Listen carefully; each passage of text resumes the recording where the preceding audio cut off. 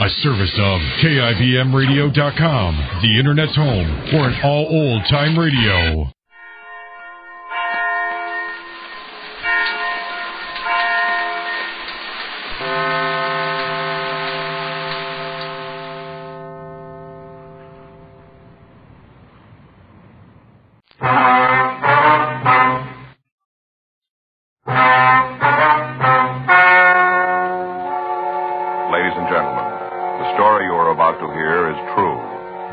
Have been changed to protect the innocent. Dragnet.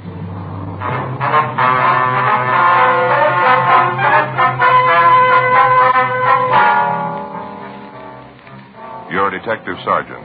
You're assigned to narcotics detail. The body of a man has been found in a public park lake. Physical evidence indicates he was killed by narcotics. Your job? Check it out.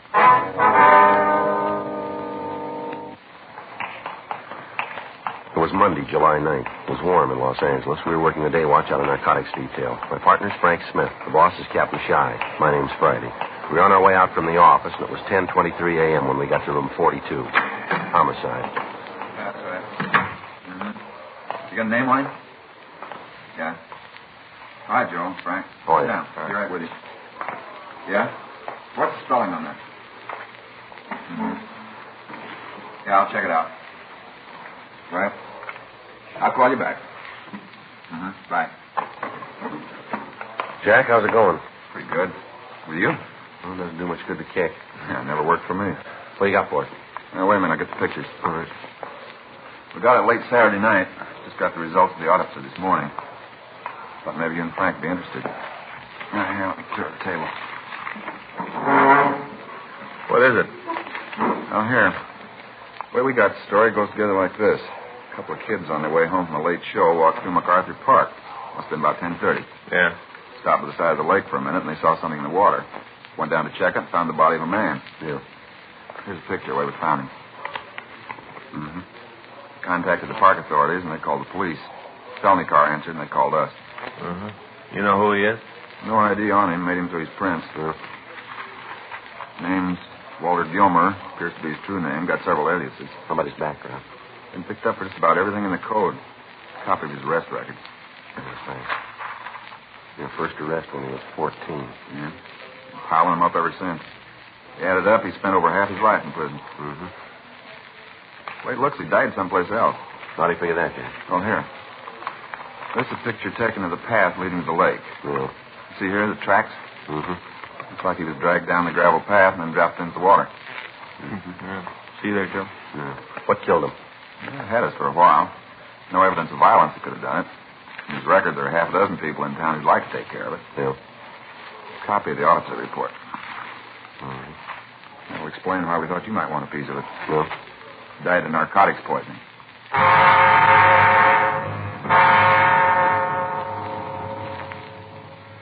We went over the dead man's effects without coming up with any additional information. From the report of the coroner's office, we knew that Gilmer had died of narcotics poisoning. We were not able to tell the type of the narcotics used, but it was listed as either heroin or morphine. During the past 3 months, the Southland had been flooded with an inferior grade of heroin. From chemical analysis, we knew that it was being processed in Mexico. We'd been in touch with Mexican authorities, but in spite of our joint activities, the drug continued to cross the border and it continued to be circulated. Arrests of mules and pushers had been made. Suspects had been interrogated, and all other leads had been checked out, but we were still unable to come up with the key people in the operation. The death of Walter Gilmer gave us a possible lead. We couldn't be sure that he died of the low-grade drug, but it was worth looking into. Working with Sergeants Jack McCready and Danny Galindo of Homicide Detail, we pulled Gilmer's package, and we went over all of the available information on him. We made out a list of his known friends and his associates. All of the places he was known to frequent were checked. For the next 2 days, anyone who had been seen in Gilmer's company was talked to. Apparently, we were at a dead end. Thursday, July 12th, 11:14 a.m., Frank and I got back from talking to an informant. There was a note in the book to call McCready. McCready there? Yeah. Oh, Jack, Joe Friday. Mm-hmm. Well, where's he now? No, we'll be right over. Thank you. What's he got? One of Gilmer's friends. Yeah? Says he was with Gilmer when he died. Frank and I left the Central Police Station and walked over to the City Hall. By the time we'd gotten there, McCready had pulled the suspect's package and had what background information there was on the man. The three of us talked to him in the interrogation room. For the record, what's your name? David Flack. How old are you? 26. That's still your address?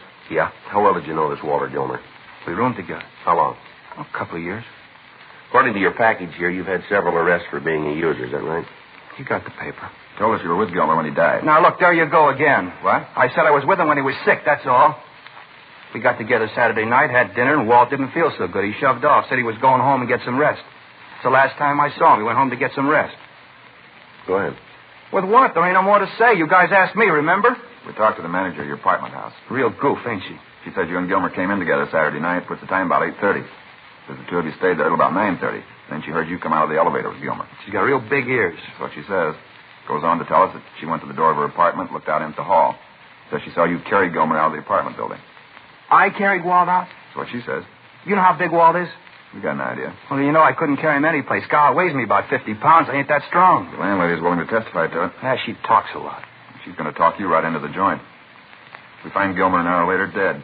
You're the last person seen with him. Fit you real good, Flack. From here, it looks like you're right for a 187 charge. You figure you can nail me down for murder, huh? It's worth a try. Yeah, but can you make it go? We think so. Now, one thing's going to louse it up. Yeah? I didn't do it. I had no part in it, none. You better tell us then, huh? If I give it to you, it'll make a difference? Depends on the words. Go ahead. Where do I start? The beginning will do. Yeah. I guess Saturday afternoon's as good as any. We'll listen. Old Walt got himself a new connection, said it was a good one. For heroin? Yeah. Got a good buy and a couple of bindles, said it was a real good deal. You know where? No, he wouldn't tell me. He just said it was his and that when I needed some stuff, he'd set it up for me. You're on H2, huh? Yeah, why lie to you? A couple of days in the tank will bring it out anyway. Yeah, I'm swinging a pretty good habit. How much? Shooting 3 a day. All right, go ahead. Oh, Walt had a fix about 4 in the afternoon. We were going out for dinner, and Walt said he had enough H so he could take one for free. Mm-hmm. After that, we went out and got something to eat. Walt didn't eat much, said he felt way out, didn't hardly eat at all. Yeah? Went back to the apartment, sat around, talked. Tried to get him to tell me where he made the connection. He just laughed and said it was the best thing he ever fell into. Didn't he give you any idea? No, not a smell. All right. Well, pretty soon he said he didn't feel so good. I thought maybe he needed another pop. I asked him if he wanted me to cook it for him. He said no. Said he just wanted to get some air. Told me he couldn't breathe too good. Just lay there on the bed grabbing for air. Mm-hmm.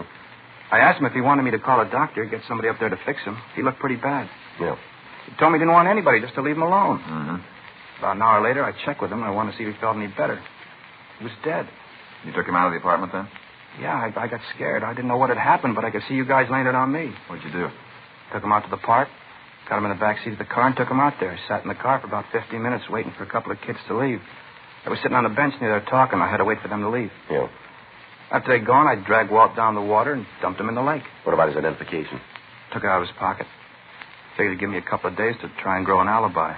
Figured it'd take that long for you to find out who he was. You just left him in the lake then, huh? Yeah.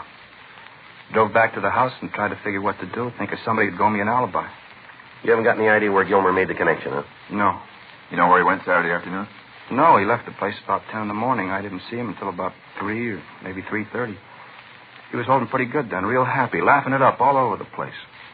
Oh, Walt, he had a real good laugh when he was feeling good. Gee, I still can't get it straight that he's dead. Gilmer have any close friends that you know of? Couple, not more than that. Want to give us their names? I guess, as long as they don't find out. Did you meet any new people he told you about? Well, if he did, he didn't say nothing. I'm sorry, I'd sure like to help you. It's a lousy trick making Walt think he was getting such a good deal and having it turn out like this. It's a lousy deal. Mm-hmm. He was real happy because he thought he scored real big, got it real cheap. Told me he hardly paid anything for it. Well, he had it wrong, didn't he? Huh? It was overcharged.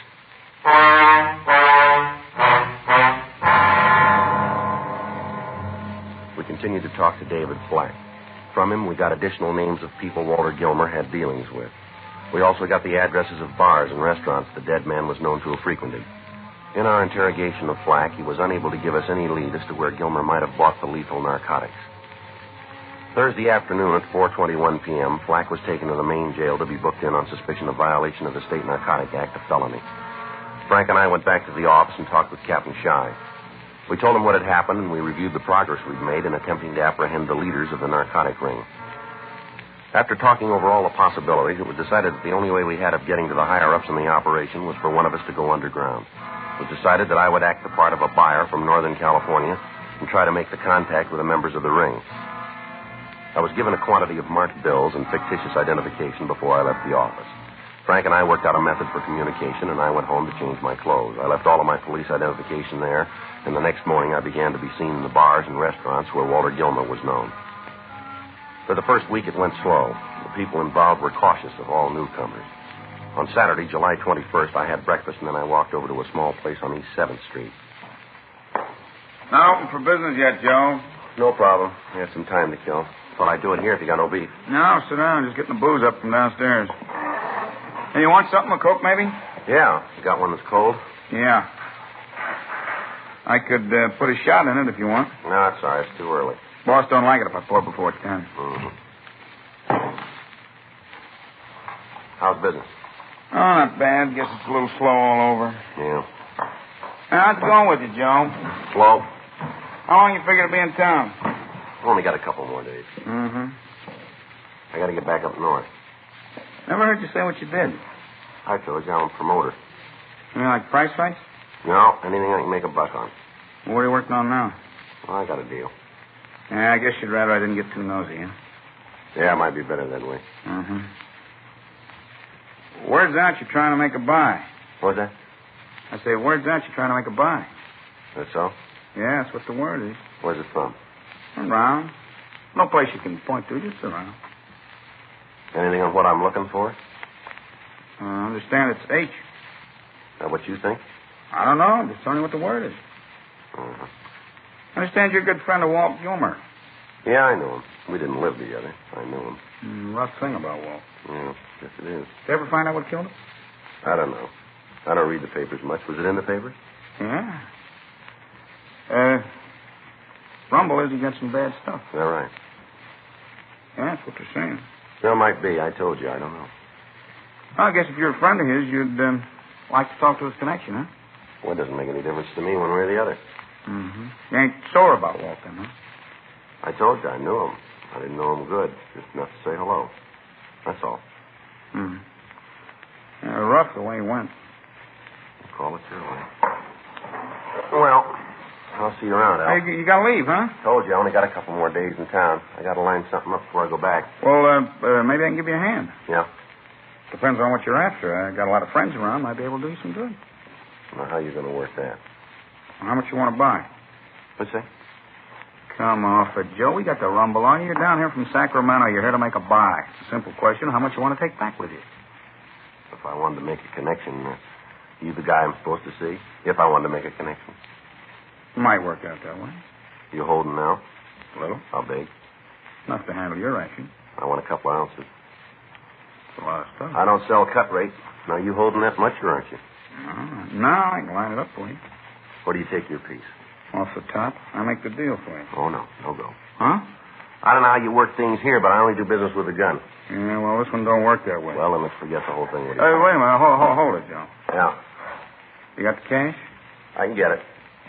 Maybe it'll work out. I'll have to see. I deal with the gun or the buy's off.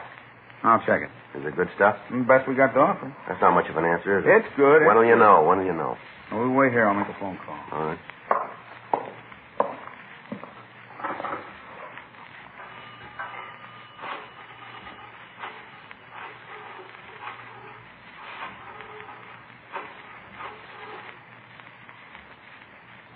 This is Al. Yeah, I know, but this is important.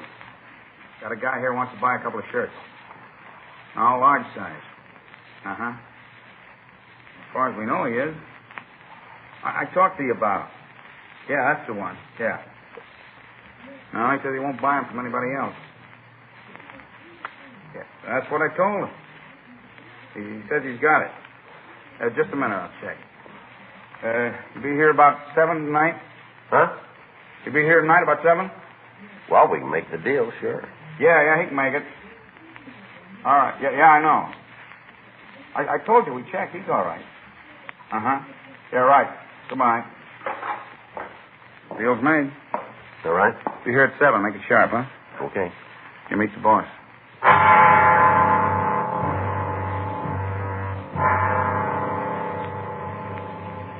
I got in touch with Frank, and I filled him in on what had happened. For the first time in several months, it appeared as if we had a concrete lead to the operators of the dope ring. It was arranged to keep the bar under surveillance, but not to take anybody into custody until a buy had been made. I went back to the room I was renting, and I waited. I left at 5:30, had something to eat, and at 5 minutes to 7, I walked into the bar. The place was crowded. There wasn't an empty stool, and most of the booths were taken. I edged up to the bar and caught the bartender's attention. Hiya, Joe. You're early. No, you said 7 sharp. Yeah. We gonna do business? Wait till I get out from behind the bar. Yeah. Back here, Joe. Yeah, here it is. You're joking, aren't you? No, Joe, this is the boss. Oh, I had it figured a little different. Yeah, everybody does.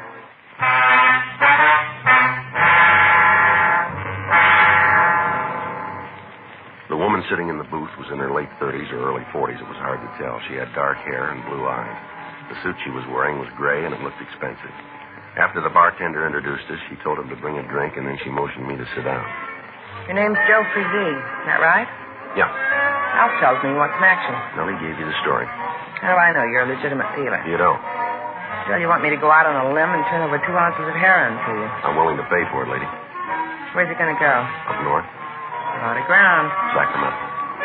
You got the route to get rid of it? They're waiting for it now. Oh, and then I should tell you I haven't got 2 ounces. Well, and I'm wasting my time. But I can get it.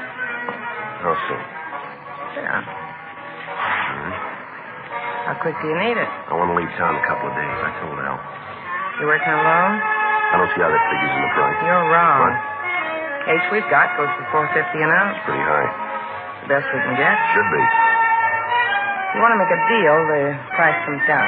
No, I can't swing more than 2 ounces. Even if the price was dropped How much? to $3.50. No, it doesn't fit. What's the angle? If you're on your own, it must get a little tiresome to have to carry the load by yourself. Maybe. I was thinking maybe you'd like a partner. You? That's what I had in mind. No go. Why? Oh, a lot of reasons. Mainly because I don't need anybody. Then it's going to cost you $4.50. Well, I figured that going in. When do you want the stuff? Tomorrow night will do. It'll have to be late. We got it coming in then. From where? The price doesn't include that. Okay. Where do I pick the H up? Alf will call you. He'll give you the time and the place. Well, if it's high grade, I might want some more. You can pay our price. You'll get it. It's all right. You're making a big mistake, Joe. That so? Yeah. I got L.A. sewed up good and tight. Good distribution. All the product I need. You got the North. We put them together. We could both come out real well. No, I told you before. I don't need partners. You might be wrong, Joe. What? You might already have one.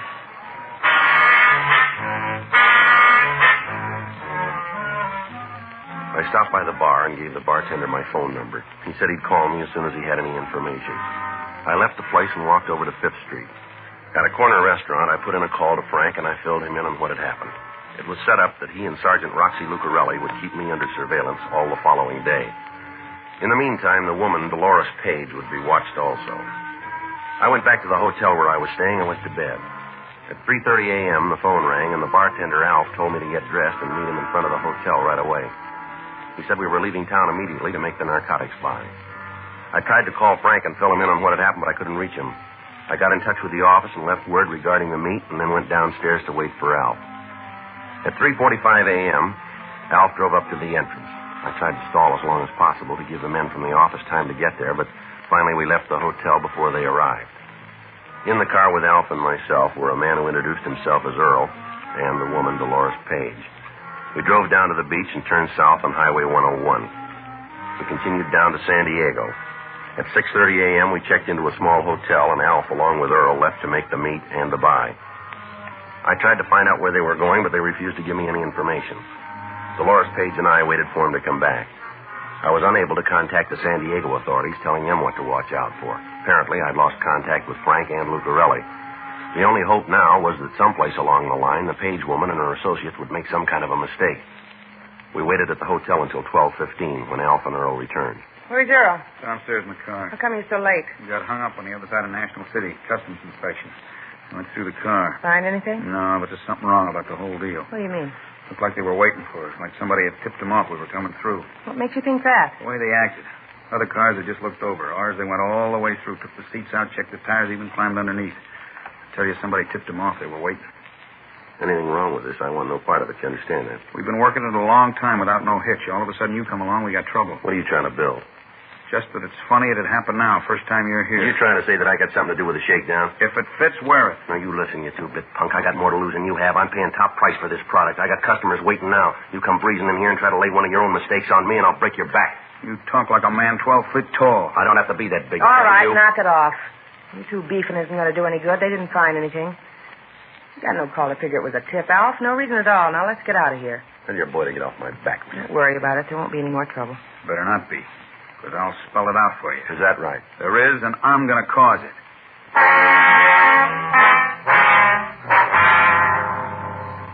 The three of us went downstairs and got into the car. We started to drive back to Los Angeles. From what I could find out, the narcotics buy had been made in Mexico, but the heroin was not in the car we were driving. We continued up the coast. Just south of Oceanside, California, we began to follow a large bus. As we drove, I noticed that Alf was being careful to keep the vehicle in sight. At San Clemente, the bus pulled into a small roadside restaurant for a rest stop. We parked immediately in back of it. Alf got out of the car and approached the bus. He walked up to the rear of the vehicle, reached under the rear bumper, and removed a small package wrapped in waterproof material. He checked the contents, and then he walked back to the car. Get it? Yeah, right where we put the stuff. Get in. Let me have it. Yeah. There it is, Joe. Got the money? You want to wrap it up right here? No reason not to. Why don't we wait till we get back to town? It'll be easier there. You got any special reason to wait? No? Got the money? Yep. Then why wait? Well, let me see what I'm buying. Here. Well, looks all right. The best we can buy. You don't have to taste it. What are you trying to pull? What? What are you trying to sell me? This stuff's no good. You're not going to stick me $4.50 for this junk? You made the deal. And I'm leaving it. I want no part of it. It's a little late to come up with that. You haven't been paid yet. We will be. Get out of the car. Leave him alone, Alf. We've done it your way all along. It hasn't worked out. From here on, I'm going to call it. You're doing it wrong, Alf. You let me worry about that. Get out, mister. Go on. Well, where to? Let's take a walk around the back of the buildings. Go ahead. Figure to kill me and come up with the money, too. Is that it? Keep walking. You know you're not going to get away with it, don't you? You keep buying those fairy tales. Maybe we can make a deal, Alf. Yeah? If you get the money, it doesn't make any difference about me, does it? What do you mean? Now, wait a minute. Suppose I give you the money. You got it clean. You don't have to roust me then, do you? Maybe I'll like shoving you around. I never did figure you on our side. Why? Because you knew Walt Gilman. What happened to him doesn't make any difference to me. It don't read good, Joe. Right from the beginning, I didn't figure you. What do you mean? You set the deal up, didn't you? Looked like some fast change. I didn't count on this much McGill. It's not worth it. All this talk about Walt, what's he got to do with it? He was working with us, pushing. Got too wise. Thought he could do it without us. So you gave him a connection with Bad H, is that it? That's it. You kill me and Dolores isn't going to like it. You know that, don't you? The wheel just passed out of her hands. Come on, let's get it over with. All right. Where to? Back there. What are you trying to prove? All right, come on now. Stop thugging. Joe, you all right? Yeah. We've been right behind you since you left Dago. Yeah? How'd you work that? Well, I got the message you left at the office. We had a tail on the Page woman. Picked you up down south. How about her and that other fellow back there? Roxy's got him. Let me have your handcuffs, will you? Yeah, here. The bartender? Yeah. He copped out to giving Walt Gilmer the bad junk. Huh. That takes care of it then, huh? Yeah, come on, let's get him to the car. All right. Come on, get out. Well, I'm glad this one's over. Yeah. Well, you don't look any the worse for wear. All right. Sure. You didn't really have anything to worry about. Is that right? Well, sure. You don't mind me telling you that, do you? It's a good thing you weren't 2 minutes later. Huh? I might not have heard you.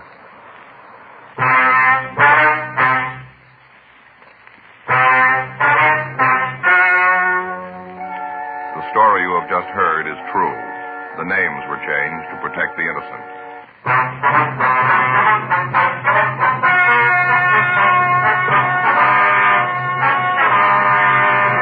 Dolores Marie Page and Alfred Giles Harnett were tried and convicted of murder in the first degree. David Alcott Flack was tried and convicted of using narcotics, and Earl Tyler Rockland was tried and convicted of possession of narcotics. They all received sentence as prescribed by law. Murder in the first degree is punishable by life imprisonment in the state penitentiary. Possession of narcotics, first offense, is punishable by imprisonment in the county jail for a period of not more than 1 year. Using narcotics is punishable by imprisonment in the county jail for a period of not more than 1 year. Dragnet, the story of your police force in action, is a presentation of the United States Armed Forces Radio Service.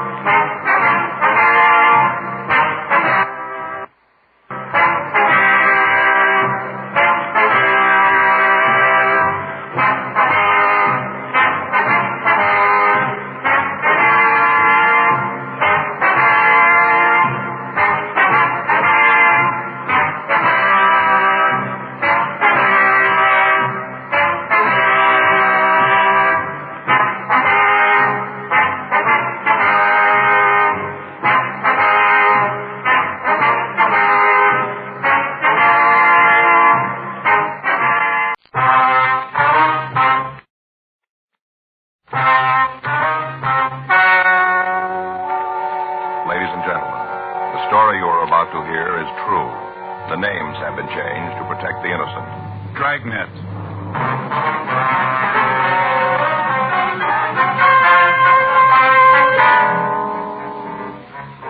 You're a detective sergeant. You're assigned to juvenile detail. A 13-year-old girl has disappeared from her home.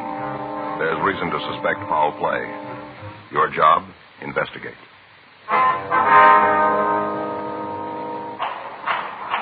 It was Saturday, April 17th. It was cold in Los Angeles. We were working the night watch out of juvenile detail. My partner's Frank Smith. The boss is Captain Powers. My name's Friday. I was on my way back from the 4th floor, and it was 11:52 p.m. when I got down to the main floor. Squatting them. That you, Joe? Yeah. How'd it go? Oh, not too good. You say anything? No. He says we got him for the job, but it's going to end there. He's playing the big man now. Says he's not going to name that other kid. Yeah. Let him sweat it out tonight. He'll feel different in the morning, maybe. Oh, you're right. Anything come in? As soon as I finish up this log, we can shove off if you want to. All right. You going right home? I say you're going right home. Well, I thought maybe I'd go by the city hall. I'd like to see Danny Galindo for a minute. What, are you going to eat then? Yeah, I'll probably grab something. You want to go? Might as well. Kind of hungry.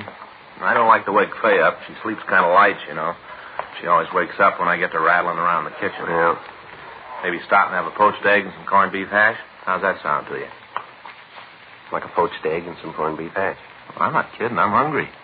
Are you about finished there? Yeah. I want to see Danny before he leaves. What is it, something special?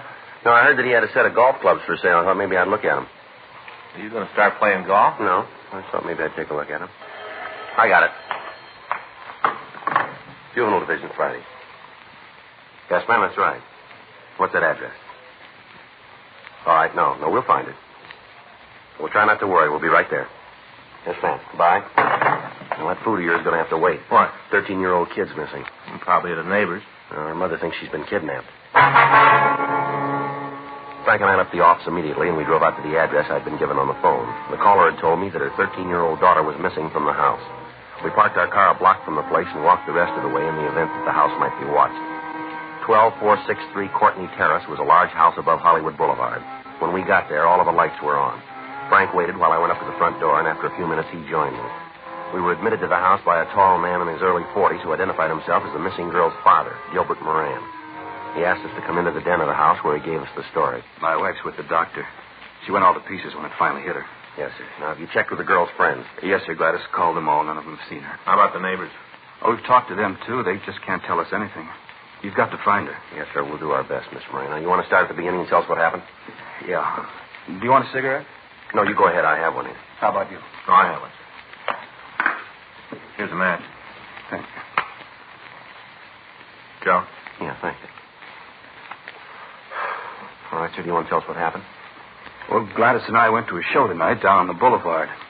We left Bunny here doing her homework. Bunny, that's your daughter? Yes, sir. Her name's really Lucille, but the kids at grammar school tagged her Bunny, and she's been called that ever since. Uh-huh. What time did you get here? It must have been about 11:40, somewhere near there. Mm-hmm. Did you notice that your daughter was gone right away? No, sir, not at first. I locked up, and then Gladys and I went upstairs. We checked Bunny's room, and she was gone. I see. Gladys started to think all kinds of things. Mm-hmm. I tried to calm her down. We got Bunny's telephone book and started to call her friends. We know most of them. They hadn't seen her. Finally, I thought it'd be wrong to wait any longer, and we called you. All right, sir. Now, do you want to give us a description of your girl? Would you wait just a minute? I'd like to talk to the doctor and see if Gladys is all right. Yes, sir. You go right ahead. She was terribly upset. Yes, sir. We understand. What do you think? I don't know. Big house, nice neighborhood. Looks like he's pretty well fixed, doesn't he? Yeah. Nothing about a contact yet. The girl's only been gone a couple hours. The doctor's giving her a sedative. She's still pretty much upset. Yes, sir. Now, what if you give us that description? Well, she's 13 and about right for her age. Well, how do you mean, sir? She's about 4 feet 8, weighs around 80 pounds. What color's her hair? Dark blonde. She was always after her mother to let her use one of those rinses to make it lighter. Gladys said she should wait. I see. How about her eyes? Sort of brown, light. We used to tell her that she had honey-colored eyes, a sort of golden brown, real long eyelashes. Now, can you remember what she was wearing? Let me think. Well, as I remember, sir, she had on a pair of clam diggers. Clam diggers, short slacks. Hit her about right here. Short. I see, uh-huh. What color? Denim, sort of light blue. I see. White blouse. Sort of like a man's shirt. How about shoes? Well, I think they were, Gosh, I'm sorry, sir. I just can't remember. Now, is it possible she might have changed her clothes before she left? She didn't leave, Sergeant. She was taken out of here. I'm sure it wasn't her idea. All right, sir, we understand. Is there anything else about your daughter that would make it easier for us to identify her? Well, I can't think of anything. All right. Frank, what if you call us in, please? Yeah. May I use your phone, Mr. Moran? Certainly. Where is it, please? Right through that door, there's an alcove in the hall. All right. The light switch is on the right, just behind the door. Thanks, sir. Say, wait a minute. Yes, sir? I forgot about Skippy. Who's that?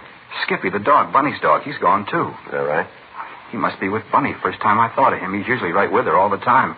I haven't seen him since we got home. What kind of an animal is he? Golden cocker, about 4 years old. Bunny got him for her 9th birthday. I see. Better call on in, too, huh? Yeah.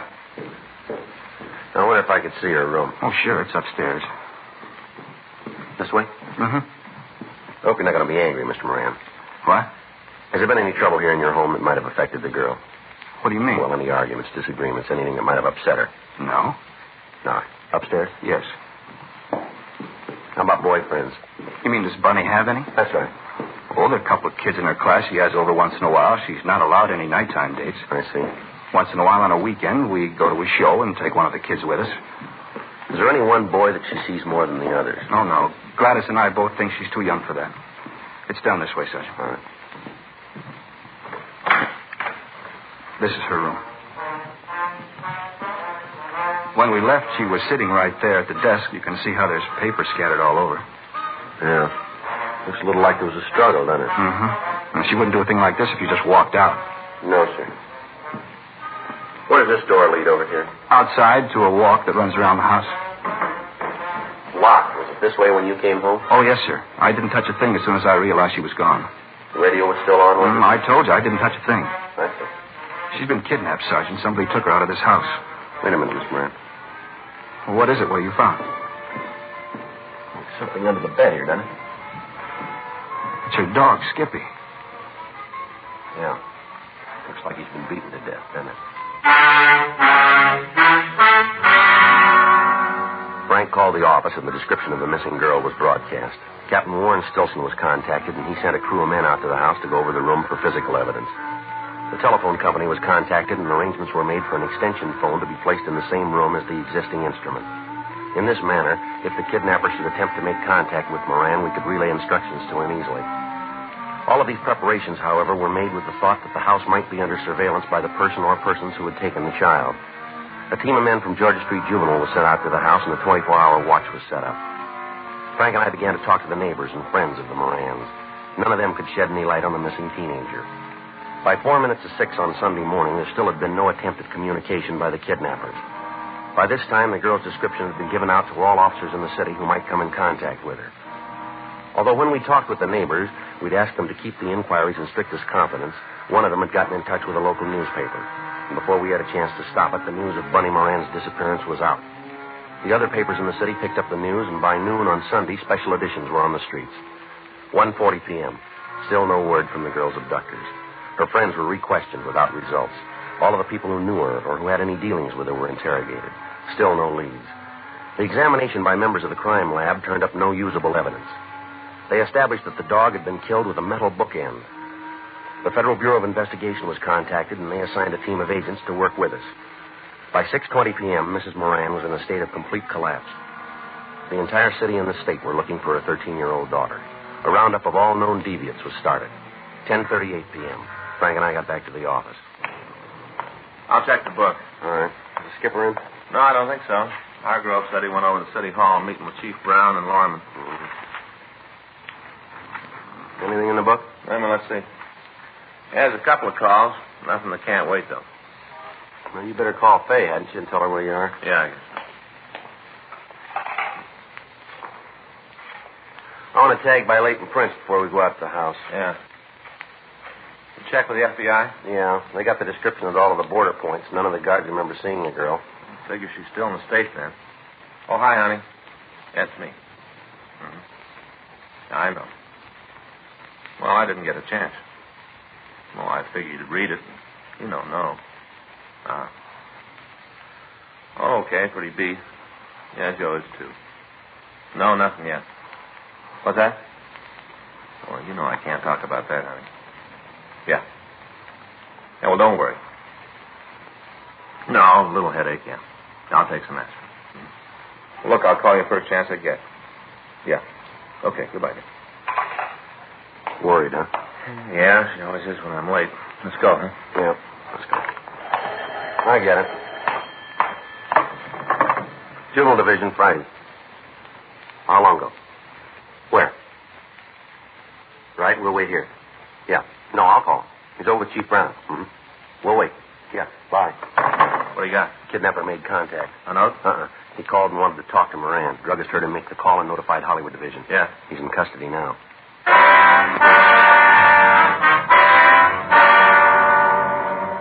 Frank and I waited until the suspect was brought into the office for questioning. He'd been apprehended in a drugstore while he was on the phone talking to Mr. Moran.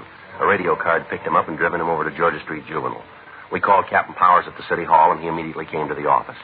At 10:56 p.m., the suspect arrived. He was taken to the office of the night watch commander for questioning.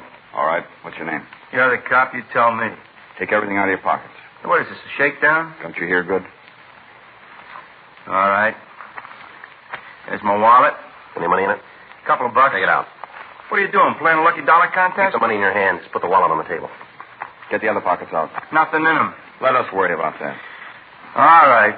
Change. There's a comb. Handkerchief. Clean, too. Matches. Cigarettes. There's a pen and pencil set. A couple more pennies. That's it. Want to check it, Joe? Yeah. This your wallet? It was in my pocket. I asked you if it was yours. Yeah. Driver's license here. That's your true name? Better read it so you can have it in the record. Mark Lawrence Lansdale. That's your true name? It's what it says. You still live at the same address? Yeah. I'm going to ask you one question, Lansdale. I want the right answer. What do I get if I come up with a winner? Where's the Moran girl? I don't know what you're talking about. And you better find out.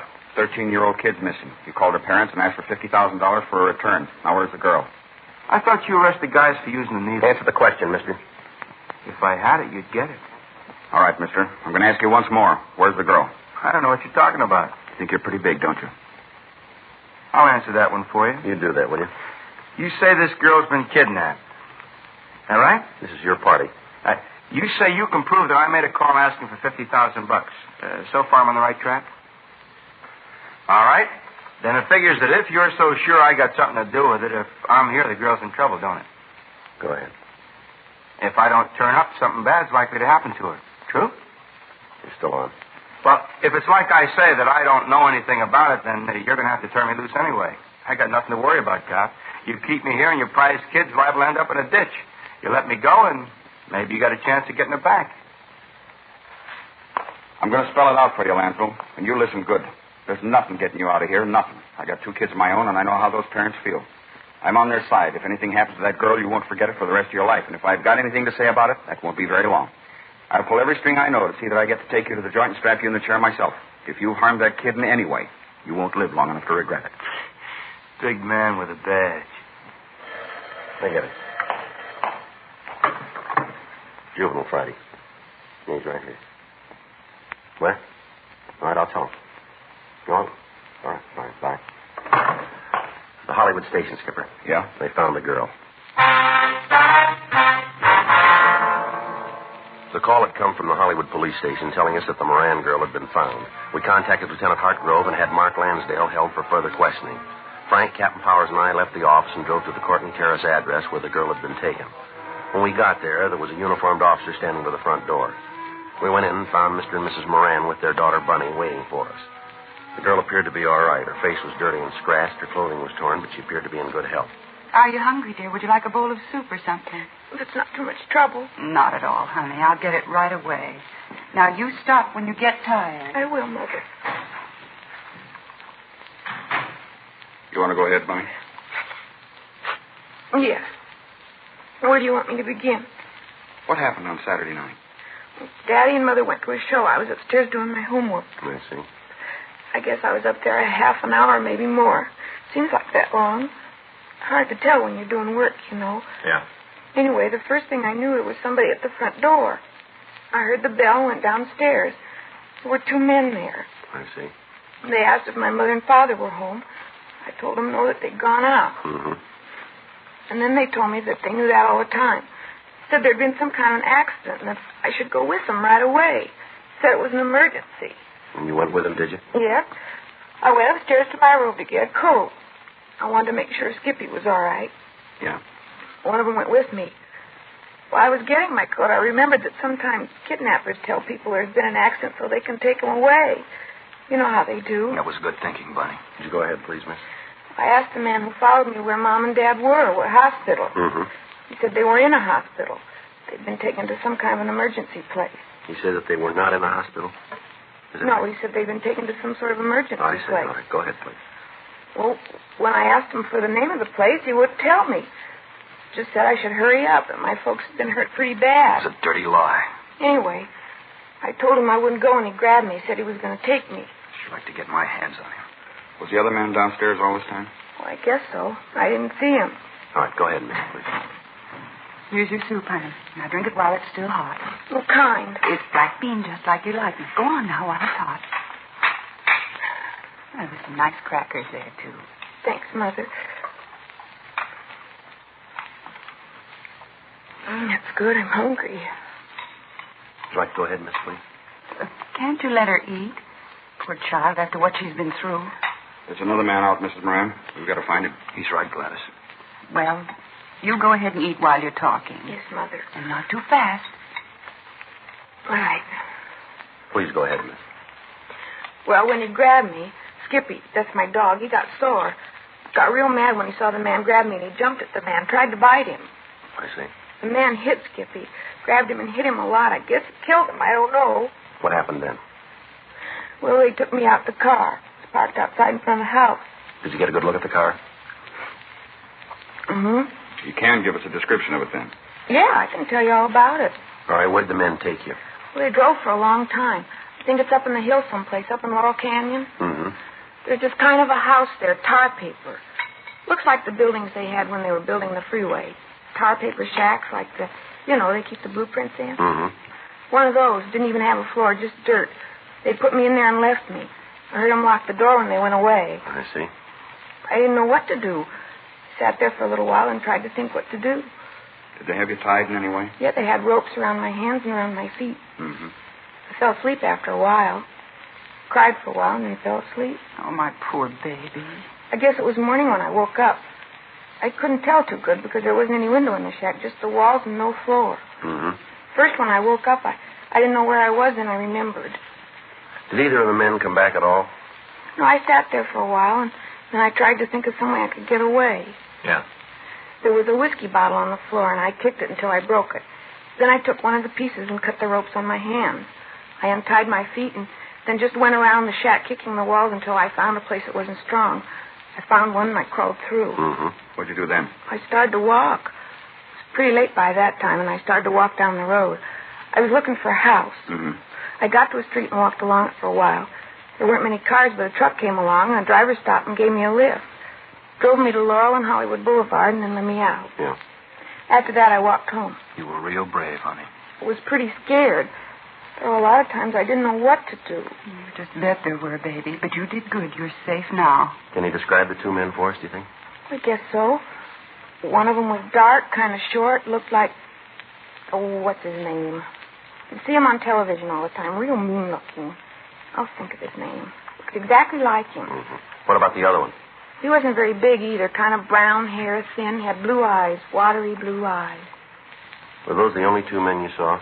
Yeah, just the two. Did they talk about anybody else being in on the kidnapping with them? Do you remember? Not that I could hear. You're sure about that, are you? Yes. Sergeant, what's so important about that? Well, sir, we've got a man in custody. The one who called you. Yes? Neither one of these descriptions match him. We continued to talk to the Moran girl. We got a complete description of both men involved and of the car they used. Local and APBs were gotten out on them. The fact that the descriptions varied and did not match the suspect we had in custody meant very little. A witness or a victim under stress might easily be mistaken. We talked with a family doctor, and he told us that after a good night's sleep, the girl would be able to cooperate with us completely. The following morning, Monday, April 19th, a special show-up was arranged at the main jail. Our suspect was placed in a line with other men in custody. Bunny Moran failed to identify him. Frank and I took her over to the city hall and had her look through mugshots that had been pulled from packages as a result of the run by the stats office. She was unable to point out a suspect. 1:40 p.m. We asked her if she could show us the shack where she'd been held captive. She said she could. We called her parents and told them where we were going, and then we left the office. We picked up a policewoman and drove out the freeway to Sunset Boulevard and turned off. When we got to Laurel Canyon Boulevard, we drove past Lookout Mountain Avenue, and then we turned left onto a dirt road. We drove for about a mile and a half. There was no sign of any type of building. It's right up ahead around the next corner. You sure you're on the right road? Yeah, I remember walking down this one. That's right. Hey, that's as far as we can go. Dead end. Maybe I did make a mistake. Maybe I did. I was sure it was along here, but maybe I was wrong. It might have been the next road up. You know, the one past where we turned off? Uh-huh. You want to turn around, Frank? Yeah. I'm sure I'm sorry about it. That's all right, miss. Guess it seems like a wild goose chase, huh? No. Sure hope not. I know where it is. I just got mixed up. All right.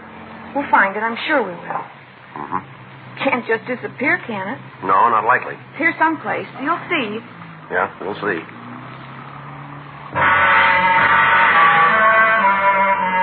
We went back to Laurel Canyon Boulevard and drove up all of the dirt roads in the vicinity. We didn't find the shack. Each time, Bunny Moran would offer some excuse. Finally, we asked her to describe the truck that had picked her up. She gave us a description that would fit 200 or 300 vehicles in the city. She was unable to tell us the name of the driver who'd stopped. We took her back to the office and asked her to go over the story again. When she finished, Frank left to get Captain Powers. All right, you want to tell us now? What do you mean? The real story, the way it really happened? Might be easier if you told us first, don't you think? I told you there isn't any more to tell. I told you all how it happened. Why are you lying? I'm not lying. This is the way it happened. Now, look, there are half a dozen places where the story you just told us doesn't fit with what you said last night. I was tired last night. Maybe I didn't remember. That's kind of hard to buy. Too many things that don't check out, miss. The story about your dog, the fact that you can't find the shack. You don't know who the driver of the truck was. There are a lot of things. I forgot, that's all. I made a mistake. Didn't you ever make a mistake? A lot of them. But last night you said that only one of the men went upstairs with you. Now, isn't that right? I don't remember. You seemed pretty sure about it then. And I guess that's what I said. Only one of the men went with you, huh? That's what I said, yes. Well, then why, when you told the story just now, did you say that both of them went with you? I don't know. You're getting me all mixed up. Did you kill your dog? Did you? Yes. Why? I had to. To make the story sound real. I didn't want to, but I had to. Well, why'd you do it at all, miss? So they wouldn't mind, that's the reason. What do you mean, so who wouldn't mind? You'll think it's silly. You won't think it's a good reason. Why'd you tell me anyway, huh? Because I was failing. What? I flunked at school. I flunked and I didn't want my folks to know. They'd be real mad. Real mad. So you figured this kidnap thing out, huh? Played it that way. Yes. I thought that if something bad happened to me, they'd be so glad to have me back it wouldn't matter about my flunking. The whole thing was a lie from the beginning to end, huh? Yes, all of it. All right, youngster, we better get going. Where? We'll take you home. You gonna tell my folks about it? We haven't got much choice, have we? They'll be mad. Madder than they've ever been. Well, I guess they will. What'll I tell them? What'll I say? Well, I'll tell you, why don't you try something different? Tell them the truth.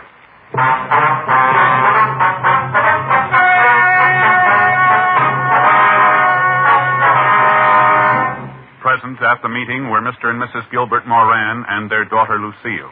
It was decided that no criminal complaint be issued, and the girl was released to the custody of her parents with the understanding that she be given psychiatric help. Further investigation showed Mark Hartwell Lansdale was wanted by authorities in Sacramento to answer a burglary charge. He was released to them. Dragnet. The story of your police force in action is a presentation of the United States Armed Forces Radio Service.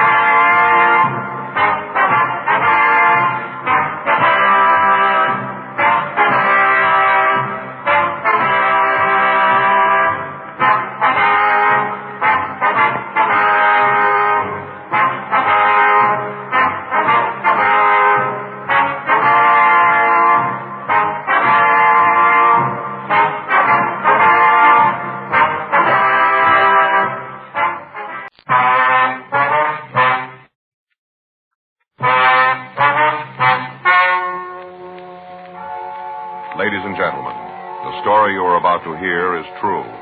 The names have been changed to protect the innocent. Dragnet.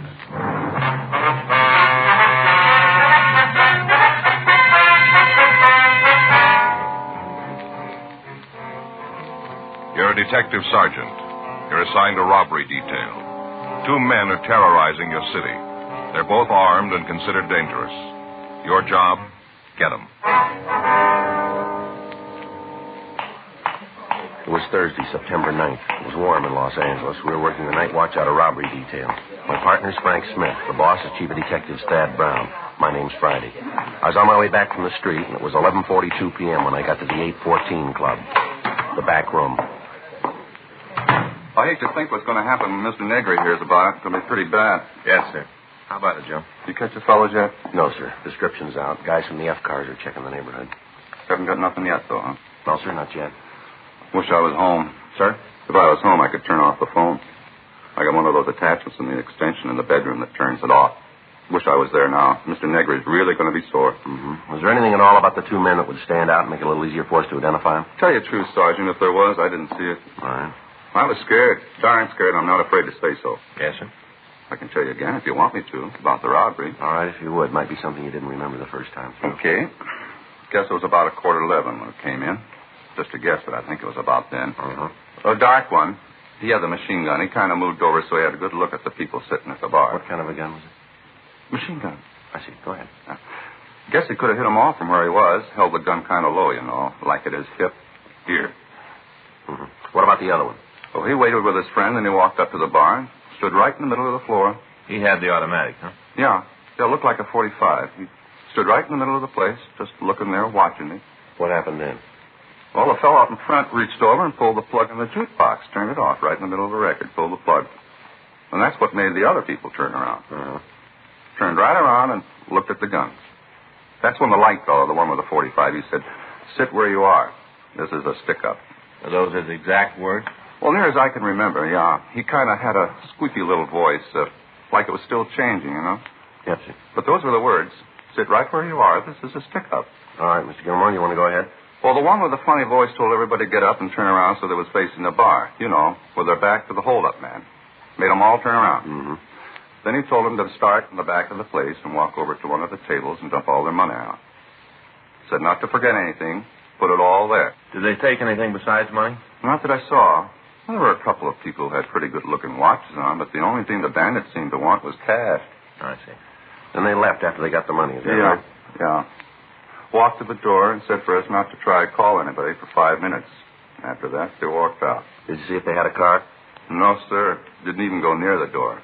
We did like they said, 5 minutes, and after that, I called you. Mm-hmm. You'd know them again if you saw them, would you? You bet I would. You put me in a crowd with them, and I'll tell you. No trouble there. I'd know them.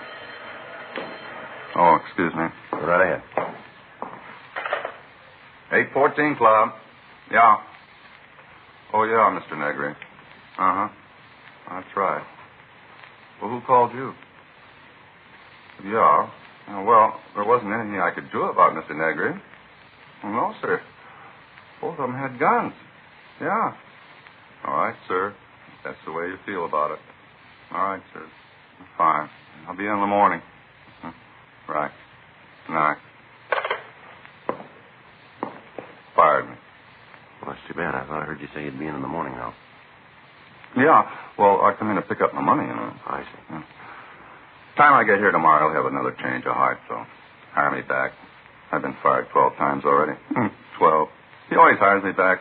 Isn't anybody else who worked for him? Is that right? Well, he had a lot of trouble keeping help. He thinks I should have stopped the hold-up men myself. Just walked in with my bare hands and stopped them. Pretty silly when you think of it. Uh-huh. He says they're only kidding with the guns, that they wouldn't have really shot me. Pretty silly. Says he'd have bet on it. All right. Doesn't take too much to figure that out. Yeah. Either way, I'd have lost, wouldn't I? The description of the suspects, the method of operation they'd used, everything about the robbery sounded just as if it had been read from our M.O. bulletins. For the past 3 weeks, Frank and I had been after the two gunmen. All sources of information had been tapped. Victims and witnesses had been questioned and re-questioned. People in the immediate vicinity had been talked to. Mug shots had been pulled and worn out by handling. To date, in concrete information, we had exactly what we'd started with. Two gunmen who were moving around at will and robbing citizens where and when they chose. The victims of the latest robbery were shown the mug books, but they were unable to make an identification. The canvass of the area turned up no usable information. Frank and I worked until 3:45 a.m., and then we filled out the log and left the office. The next morning, we checked with Captain Donahoe and Chief Brown. As a result of the meeting, we arrived at the only possible solution to apprehending the suspect. Legwork and a lot of it. We spent the rest of the afternoon rechecking informants. At 9:30 p.m., we stopped for dinner, and then we went back to the office. You got the address Sam gave you? Yeah, it's here somewhere. Yeah, here it is. Yeah. You think it's worth checking out? Well, we got nothing else to do. We might as well. As soon as I get these straightened up, we can take a ride out there and see him. Yeah. Robert, Murphy. Yeah, he's here. Just a minute. Friday? Yeah, Mur. Take 3, will you, Joe? Thanks. 3? Yeah. This Friday. Yeah, boy. When was that? Well, it's possible. Do you see anybody else? All right, we'll come right over. Bye. It's Highland Park. They just picked up a guy for 459. Yeah? Matches the description of our blonde hold-up man. You think it'll check out? I don't know. They shook him down when he was picked up. They found a 45 with a full clip. It's pretty heavy for a burglar. Yeah, let's go over and talk to him. Should be a break. We've been chasing luck long enough. Well, maybe we caught up. Frank and I signed out of the office immediately, and we started over to Highland Park. It wasn't the first time we'd gone out on a similar call. During the time we'd been after the hold-up men, there'd been several others. All of them had to be checked out. We never knew when an odd piece of information might turn the lead that we'd been looking for. Just before we turned off onto Avenue 64, a call came in over the radio. All units on frequency 1, stand by. You want to turn it up? All Yeah, units I got it. on frequency 1, stand by. Stand by, 11J4. All units on frequency 1, please stand by. Sounds like a good one. Yeah, All wait a minute. units in the vicinity of Highland Park area. All units in the vicinity of 6045 York Boulevard, Highland Park Division. Units 11F2, 11F3, 11F5, and 11F7. And all traffic units, attention. It's a big one. At 10:47 p.m. this date, an armed man entered the Highland Park police station and forced an officer to release 2 prisoners. The man was armed with a submachine gun believed to be a .45 caliber. Suspect is described Sounds like our boy. as WMA.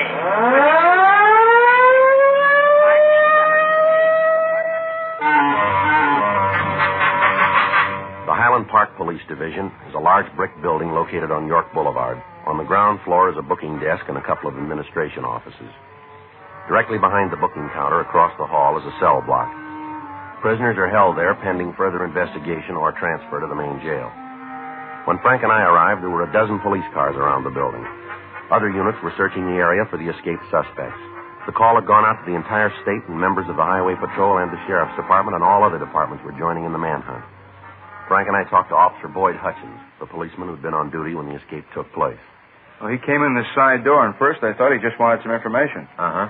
When I walked over to take care of him, I couldn't see the gun. He was carrying it low, kind of hidden by the counter. You didn't see him come into the building then, huh? No, I was on the phone. First I knew was when he asked me if he could see Burton. Uh-huh. I told him we couldn't swing it right then. Said he'd have to come back. And that's when he asked me if there was anybody around who could okay a visit. Well? I told him there was and said for him to come back in the morning. That's when he showed you the gun, huh? Yeah, he brought it right up over the counter. Said for me not to cause any trouble and I wouldn't get hurt. He didn't have to tell me. Yeah. If there'd been a chance for me to take on him, I'd have tried, but I didn't see how it'd prove anything for me to bleed all over him. Yeah. They made me take him back to the cell block. I unlocked the door, and he told Burton to come out. What about the other guy? Oh, his name is Kenneth Lechner. He was in the same cell with Burton. The guy with the machine gun asked if he wanted to go for the ride, and Lechner said yes, and then the 3 of them walked out of the building. Did they make any attempt to tie you up, anything like that? No, he just said sit tight. I wasn't about to argue. What do you know about this Lechner? Oh, he was picked up on a warrant from Oklahoma. What charge? Murder. We went to the city hall and we checked the name Gail Burton through R&I. There was no record on him in Los Angeles. We forwarded the information on him to George Breton up at CII in Sacramento. The rest of the night was spent in checking out the possible places the suspects might have been hiding. In a city of over 2 million people, there are a lot of places. While we were combing the city, men from the Sheriff's Department were going over the county territory. We had a vague description of the car that was used, but it might match any one of several hundred being driven on the streets of Los Angeles. Roadblocks were set up on principal routes leaving the city. Special details were standing by at all train and bus depots, and the airports were covered. Leaves and days off for all personnel were canceled, and by the time the search got out of low gear, over 3,000 policemen were looking for the 3 men. Field stations were set up in the less populated areas, and coffee and hot soup were served to the men participating in the search. The night dragged on without result. Saturday, September 11th, we received a report that 2 men answering the descriptions of Burton and the man who'd aided in his escape had tried to rent a boat down in San Diego. However, when this was checked out, it proved to be false. Saturday afternoon, we received information from George Breton that Burton had an arrest record in Sacramento and that mug shots and all information were being forwarded. We got in touch with the authorities in the northern city and asked them to check further on the friends and relatives of Burton. When the mug shots arrived, they were shown to the holdup victims. Mr. Gilmore, I'd like to have you take a look at these pictures, see if you recognize any of them. Mm-hmm. You think there might be one here of the fellow who held us up? Well, we want you to tell us if you can. Uh-huh. No. Not him. Uh-uh. No. Well, you remember how I told you Mr. Negrig give me my job back? Yeah, I remember that. He did, just like always. Oh, that's fine. As soon as he read in the papers how they broke out of jail, he said I was right not to cause trouble. As soon as he found out about the jailbreak. Well, we're not sure they're the same men yet, Mr. Gilmore. Don't know why. Sir? Don't know why, ain't sure. Here's his picture. This is the man who held you up? Yeah, one and the same. How about it, Joe? Burton. The other victims also identified Burton as one of the men who'd held them up. With the name of the man, we at least had some place to start. We put in a call to Sacramento, and we talked to the police department up there. We found that the suspect had been arrested on charges of suspicion of burglary, suspicion of robbery, ADW, and assault with intent to do great bodily harm. In spite of the numerous arrests, Burton had only served 1 term in the county jail. We got all available information on him, and the search was intensified. We'd gotten reports from informants that the 3 men might try to escape across the border into Mexico. San Diego was notified of this, and Al Gayton was dispatched to the international boundary at Tijuana to aid the Mexican police. 2 days passed without news of the suspects. Monday, September 13th, Frank and I got back into the office from chasing down a lead that went nowhere. Better check with the skipper. Yeah, I'll do it right away. I got it. Robbery Friday.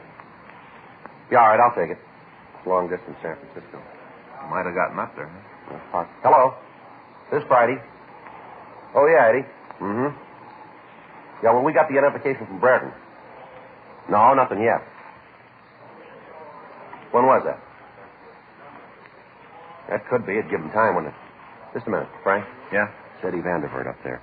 When did these guys pull the first job? I think it was August 16th. Place over on Pico. That's the first one, isn't it? Yeah.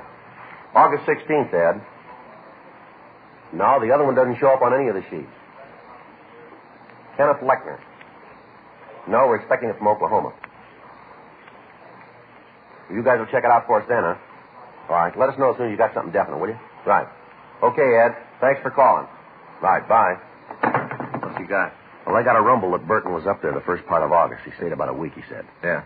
Ed says he's got an informant down in the Fillmore district used to run with Burton. Might give us a lead on the partner. How come? Well, according to the informant, Burton met a guy up north. They got real chummy. They left town together. Come up with a name? Yeah, he did. Kirby Monet, M-O-N-E-T. Been in trouble? A couple of times. Petty stuff. Rumble's got it that he was always talking about going big, forming his own gang, cutting into the heavy stuff. Matches? Real good. Monet's description's the same as our number 2 man. Pictures of Kirby Monet arrived from San Francisco, and when they were shown to the victims of the thieves, we had a positive identification on our second suspect. Armed with this information, the job of the men in the field was considerably easier. Now they knew who they were looking for. 10:42 p.m. Frank and I started downstairs for our car. Excuse me, fella. Yeah? You tell me where the office of the chief is? Down the hall and to the right. Thanks. Wait a minute, fella. Hold on. What do you want to see the chief about? That's personal.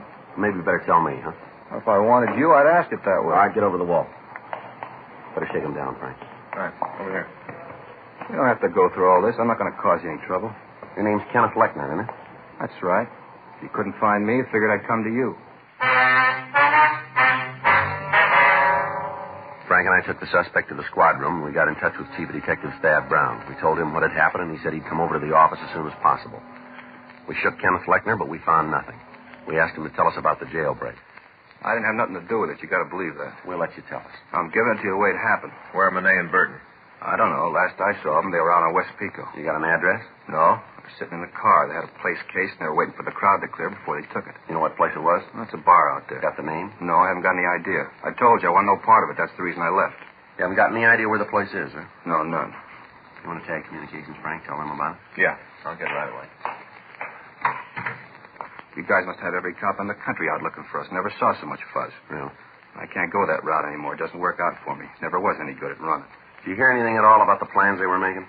No, not a lot. I don't think they trusted me very much. I was with them, but like an in-law or something. I'll tell you something, Sergeant.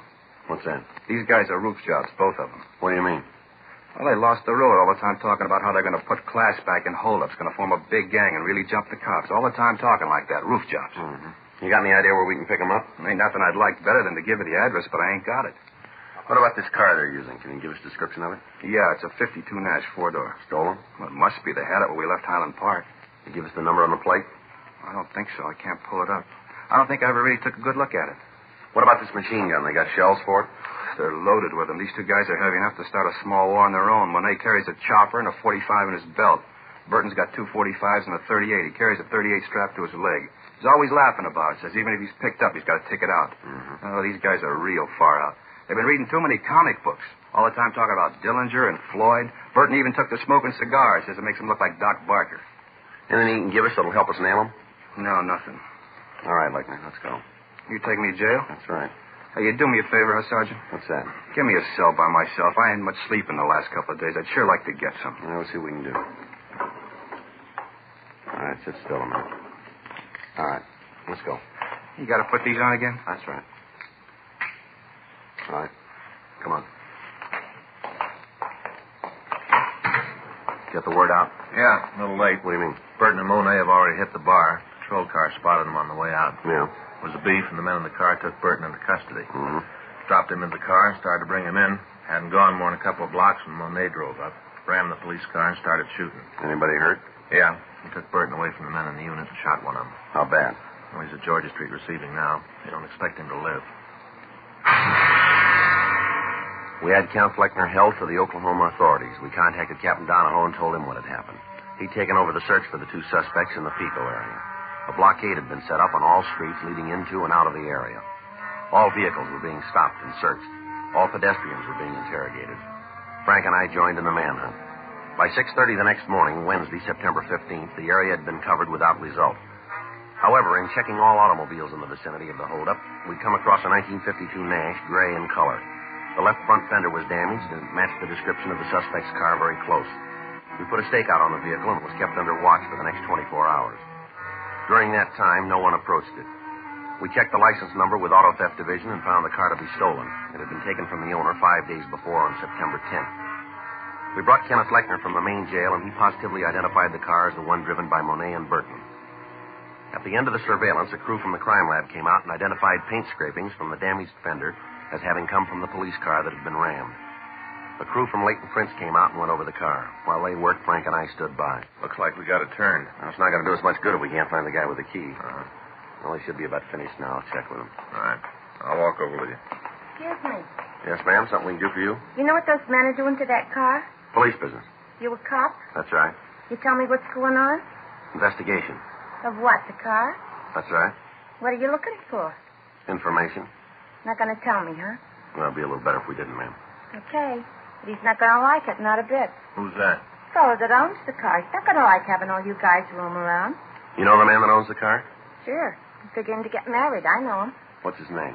Monet's kind of French-like, romantic. How long you know him? Not long. Sort of a whirlwind courtship, you'd say. Just met each other and we knew. You know where this Monet is now? Not right off. I know where he'll be. Where's that? At his place. I'm supposed to meet him there at 7:30 tonight. We got a date. Why, you want to talk to him? That's right. He's a nice fellow. You'll like him. Almost everybody does. Is that right? Never knew anybody met Kirby didn't want to be around him all the time. Everybody wants to be around Kirby. You know him. You'll see. Well, I won't be too hard, ma'am. Huh? He's already convinced us. We had the girl, Drusilla Roth, show us where the suspect was living. The results of the investigation by Leighton Prince brought out several partial fingerprints. These were identified as belonging to both suspects. We checked with the landlady at the apartment. She verified the fact that Monet and Burton had moved into the place 3 days before. She told us that neither man was at home. In our company, we checked the room. Under a pile of dirty clothes in one of the bureau drawers, we found several boxes of ammunition for the .45s and the .38. There were also several hundred rounds of cartridges for the machine gun. Because of the physical structure of the building, it was decided that the best way to keep the place under surveillance would be for one team to cover the front door, another to watch the rear entrance, and a third to wait in the room itself. Frank called the office, and Sergeants Murphy, Rafferty, and Benson, along with Lieutenant Stoner, came out to help us. We instructed the manager to stay in her room and not let on to either of the suspects that we were in the building. We waited. 6:45 p.m. Should be showing up pretty quick, huh? Yeah. Any word from Georgia Street? I talked to Stoner when he got here. They've given Simon a couple of transfusions. Figure they're going to be able to transfer him to General the first thing in the morning. You going to make it then? Well, looks like it. They took a .38 out of his left lung, 2 more out of his hip. Pretty rough go. Yeah. What time you got? 6:47. Should be here by now if he's going to keep that date. Now, there's another one that comes first. At 7:06 p.m., there was a knock on the door. It was a signal that we'd arranged. We opened it and found that Lieutenant Stoner had come up to tell us that Gail Burton had been taken into custody. He'd approached the apartment, and as soon as the officers stopped him, he'd surrendered, offering no resistance. Stoner wanted to tell us that he and Benson would take the suspect downtown for booking. Frank and I settled back to wait for Monet. 9:20. Oh, I'd sure like a smoke. Yeah. Why is it, Joe, you and I always draw this stake inside the room where all we can do is sit? I don't know. You usually ask for it that way, don't you? Well, next time we're going to take one of the entrances. Sit out there in the car. Smoke when you want. If you want something to eat, you just run down the drugstore for a candy bar. It's a lot better duty, Joe. Sounds like somebody coming tonight. Yeah. What's that? Yeah. All right, Monet, hold it right there. Watch it, Joe. See him? Down this way. All right, hold it. Any sign of him? No. Why are you going down the stairs?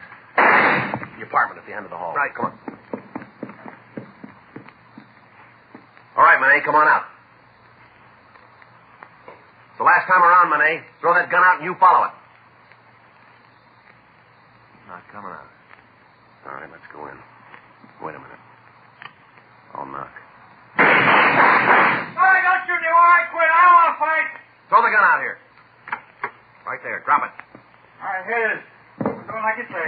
I got it. All right. Hands behind your head. Back out of the door. Come on, turn around. Keep those hands where we can see them. Okay, I'm coming. Now, don't shoot anymore. I won't give no more All right, trouble. hold it right there. Now, don't move. Keep those hands up. I'll shake it. Here's another one. 45. Had it in his belt. I'd have given it to you. I wasn't going to try Yeah, anymore. sure. All right, keep still. All right. Take your hands down. Back of it. One at a time. And now turn around.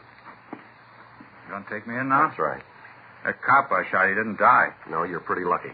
And all you got me for is robbery. That's all. Just robbery. That's how it looks from here, doesn't it? Robbery, that's all. Jail term doesn't make a lot of difference. Is that right?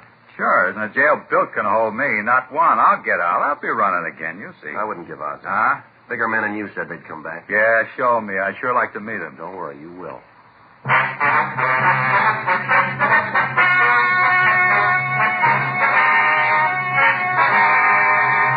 Kenneth Nelson Lechner was returned to the state of Oklahoma for prosecution on a murder charge. A hold was placed against him by the state of California in the event he is paroled. Gail Claude Burton and Kirby Arno Monet were tried and convicted of robbery in the first degree, 6 counts.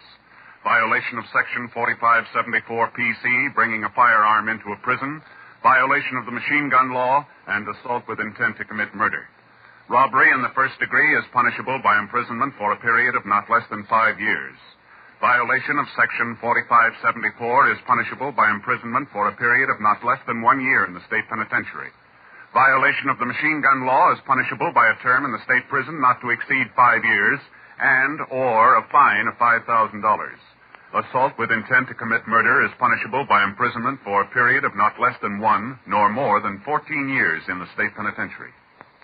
You have just heard Dragnet, the authentic story of your police force in action, and starring Jack Webb, a presentation of the United States Armed Forces Radio Service.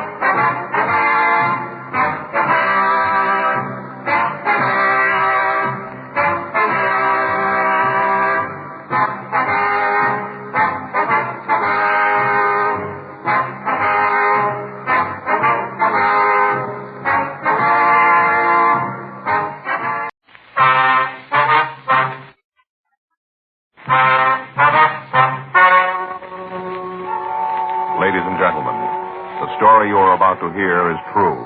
The names have been changed to protect the innocent. Dragnet.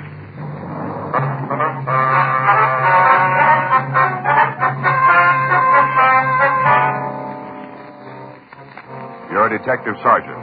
You're assigned to juvenile detail. A series of housebreakings has taken place in your city. The articles taken and the method of operation indicate a juvenile thief. Your job, find him. It was Tuesday, July 6th. It was hot in Los Angeles. We were working the day watch out of juvenile detail. My partner's Frank Smith. The boss is Captain Powers. My name's Friday. We were on our way out from the office, and it was 10:36 a.m. when we got to the old Central Jail building. Crime lab. Ray? Back here, Joe. Going back. Finishing up. Hi, Ray. Hank, how's it going? It's hot. It's going to hit the 90. Mm-hmm. Probably will, too. Any water around? Bottle over there in the corner. Help yourself. Thanks. How about you, Joe? No, thanks.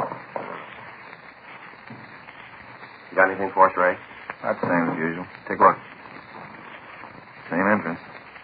Cut the screen on one of the back windows, broke the glass, and climbed in. Any prints? None we could find. Here's a picture of the edge of the screen. Here. You can see the cut edges. You got anything from it? Not much. The figure was done with a knife. If you come up with that, we might be able to tell you if you got the right one. Mm-hmm. What about the physical evidence in the house, Ray? No, not much. We've got a couple of partials. Lifted them from the glass top on the dresser. Here. Here's the picture. And you can see here, not much to go on. Match up with the prints from the other jobs? A couple of points, but not enough to build a case on. Only thing you got that definitely ties this one in with the others is the footprint. Another one? Mm-hmm. Found it in the soft earth underneath the window. Give me that print, will you, Frank? Oh, yeah. Yeah, here you go. Thanks. Here. There you can see it clearly, the heel mark. Same as in the others. Did you get a cast of it? Mm-hmm. You want to see it? No. No reason if you've looked it over. You got the same thing on the picture. Yeah. Anything else? You had it. Yeah. You got a cigarette? It ran out. I haven't had a chance to get some more. Here. Thanks. Thanks, Joe. Yeah. You been able to chase down the rubber heel for us? No luck. We contacted half a dozen firms. They all tell us the same thing. It's made special. Probably some small factory that specializes in custom-made shoes. Might be some sort of correcting shoe. You know, orthopedic. Oh, yeah. You've had it for a couple of weeks now. Where do you sit on it? All right, where we found it. We've talked to about every repairman in town. None of them have seen this kind of a heel before. None of them can tell us where it was made. Mm-hmm. Checked with the doctors in the area. None of them know the brand. Figured it might be one of them who sent for it. Nothing on it, though. No? It's a new one to them, too. Yeah. Wish there was more I could give you, fellas.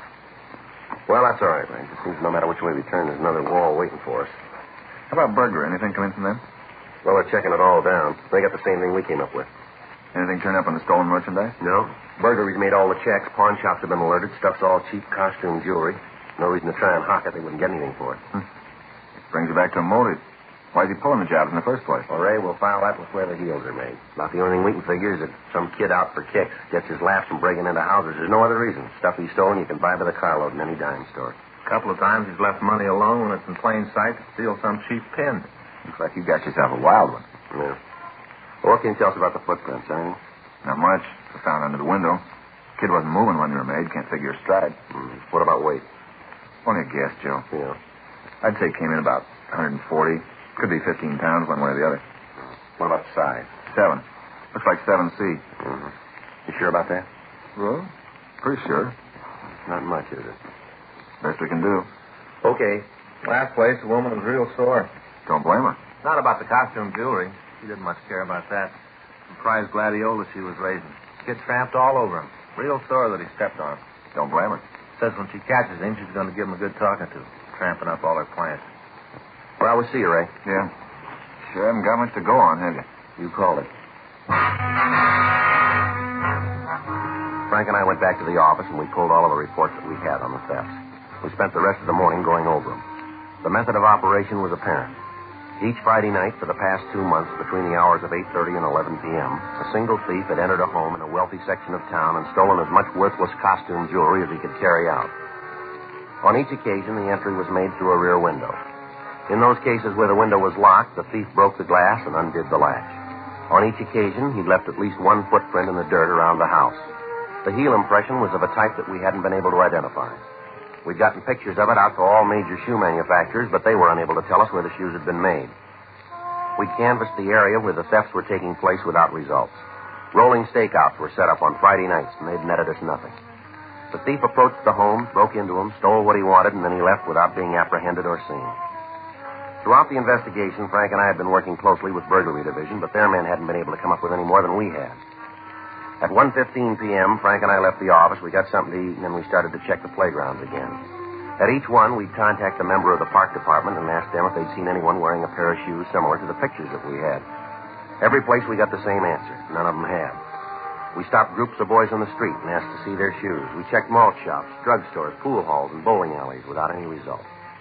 The same operation had been going on for the past 2 weeks without bettering our chances of apprehending the suspect. 5:30 p.m. Frank and I left one of the larger bowling alleys in town and headed back for the office. Boy, I'll sure be glad to get home tonight. Yeah. Hot. Sure was. Yeah, must have gone over 90. Yeah. Must have. Paper said 90, but it was hotter, I can always tell. How can you always tell? My feet, Joe. Always tell with my feet. Cold day, I can walk for a couple of miles, not have any trouble. Come the hot weather, and if I step off a curb, I got misery. Yeah. I think I'll get me another pair of shoes. Kind with the holes in them. What? Kind with the holes in. You know what I mean. You see them all the time in the men's magazines, kind of cloth on the top. You know, real thin leather on the sole and cloth over the top, a lot of little holes in it. They're cool. See them all the time in the magazines, don't you? Oh, yeah. Yeah, I see them all the time. You know, it's got a picture of a guy wearing them with a tan suit on. Always got on the same suit, and he's got a straw hat with one of those bands made out of feathers, you know, like kind of snake kind of. Mm-hmm. Guy's always in a tan suit and a hat. Maybe you gotta have one of those before you can buy the shoes, you figure? One of those suits? Yeah. I don't know. You're not talking much today. Haven't got room to get in. You're doing it all. You know. Oh, hi. That's pretty funny. It's hot. Must have been over 90. I was just about to say it Slow must down. have been over 90. Slow down. Yeah? Take it easy. See that kid up there? No. Up there. Just coming out of the drugstore in the corner, waiting for the light there. Oh, yeah. Tennis player, huh? Well, he's wearing a pair of canvas shoes, looks like, from here. Yeah. Want to check him? You might as well. That's good here. All right. You want to wait? No, I'll come with you. Hey, fella, hold it up. What? Wait a minute. You mean me? Yeah. Yeah, what do you want? Police officer, son. We'd like to ask a couple questions. What for? I haven't done anything. No, we didn't say you did. We just want to ask a couple questions. Oh, I thought there for a minute you were after me. My partner, Frank Smith. My name's Friday. Hi. Oh, I'm Alec McCarran. What do you want to ask? You been playing tennis? No, just practicing. I go down to the handball courts at school and practice. I couldn't get a game this afternoon. Why? Let's take a look at your shoes, will you? What? Your shoes there that you're wearing. We want to see them. What is this, a joke? No. Well, sure sounds like a rib. You guys sure you're really cops? Well, here's the ID again. You want to look? Now, let us look at your shoes, will you? Okay, no reason not to. There. The soles we want to see. You sure this isn't some kind of joke? Look, son, no joke. Come on, Alec. Let's see the soles. Sure, there. Well, you satisfied now? Yeah. Okay for me to go now? Straight down. Why, say, what is this anyway? Oh, it's stopping me in the shoe thing. You looking for something special? Not anymore. We just found it. Frank and I took the boy back to Georgia Street and checked his name through R&I. We found that there was no previous arrest record for him. 7:15 p.m. We took him into one of the interrogation rooms. Your full name's Alec McCarran, is that right? Yeah. How old are you? 16. Where do you live? 4782 Fargo Street. Where's that, son? Up above Silver Lake. Mm-hmm. You live with your family? Yeah. Mother and father both living? Yeah. When are you going to tell me what this is all about? Got a job, son? Not now. I got one coming up. Doing what? Box boy in a market. Supposed to go to work next week. The kid they got now is going in the Army. They promised me his job. You go to school? Yeah, I'm a senior in high school. Well, look, it's getting late. My dad's going to start to worry. Is it okay if I call him? We'll call him for you in a minute. Thanks. What do I tell him when he wants to know what's happening? We'll talk to him. Okay. What do you usually do nights? I don't know what you mean. Well, evening hours. What do you do? I stay home mostly. Got to get my grades up for college. I usually study. During summer vacation? My dad helps me. I got to make up a couple of credits. Thought you had to go to summer school for that. I guess I'll get out of school late. You study every night? Just about, yeah. But not everyone, huh? No, I go out sometimes. When? Mostly the weekends, Friday. What do you do when you go out? And where do you go? Show sometimes. Anywhere else? Bowling. Sometimes just down to the library to get a book. Mostly to the show. Do you go with anybody? No. Where'd you get those tennis shoes? My dad got them for me. Where? Place back east. I had them a long time. You know the name of the place? Not right off. Someplace in Maine, I think. Mm-hmm. Do you know anybody else who's got a pair like them? I've never seen any others. I told you, my father got them for me. Used to wear them when he was a kid. Sent back to Maine for them. Mm-hmm. You guys won't tell me what this is all about, huh? Yeah, we will. There's been a string of burglaries in town, housebreakings. The person that's been pulling them wears a pair of shoes just like yours. Like mine? That's right. You think I'm the one? Well, it looks like it, doesn't it? I better call my father. All right, we'll call him for you. Isn't the only pair of shoes in the world, you know. Only ones we've been able to find, son. There must be a lot more. Well, we're willing to see them.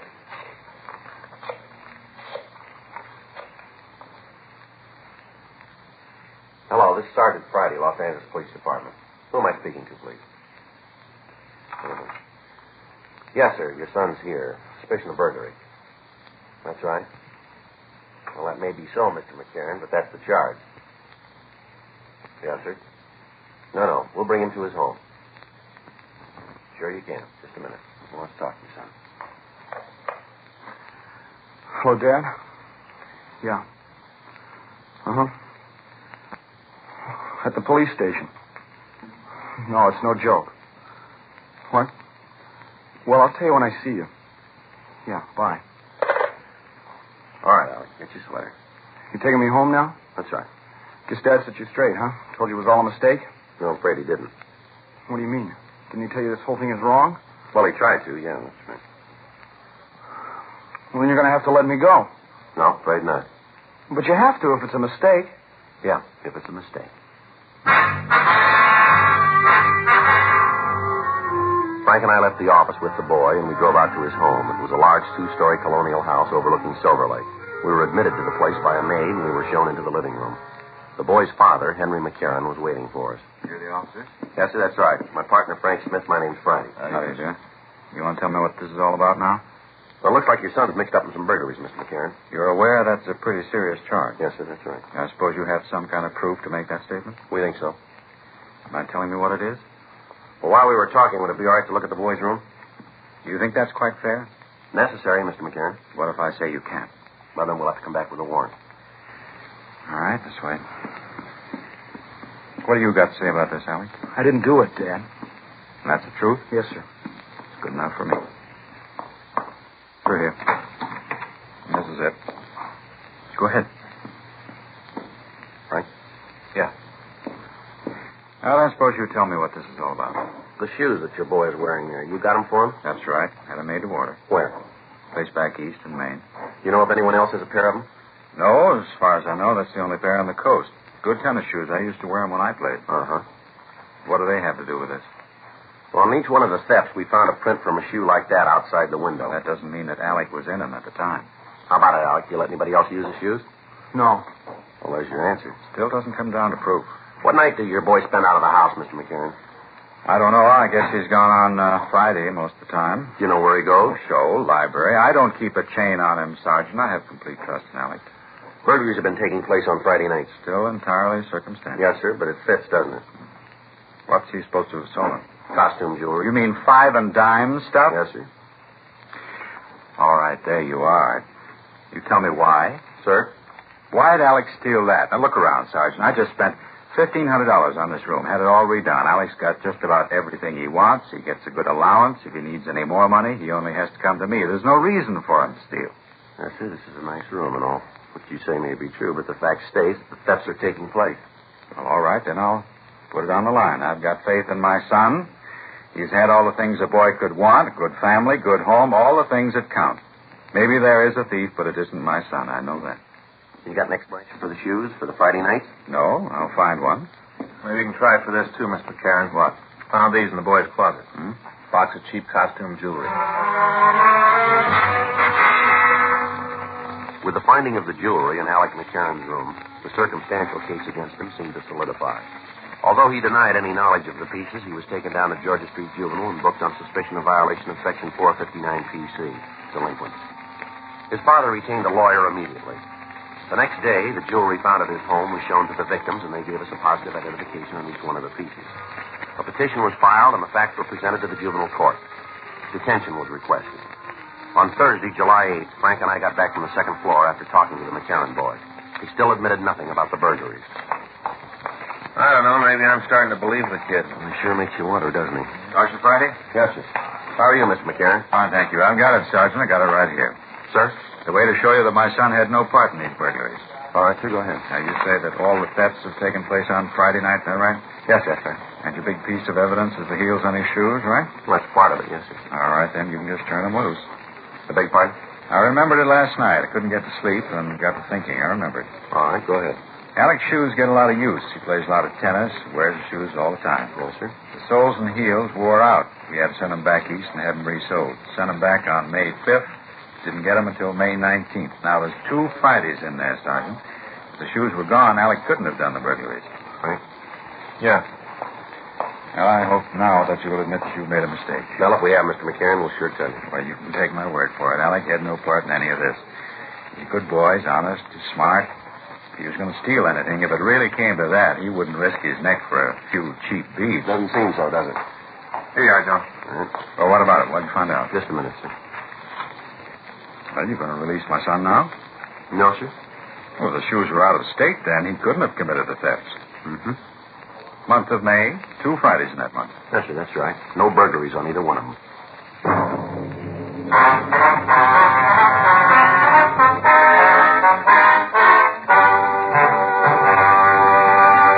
You are listening to Dragnet, the authentic story of your police force in action.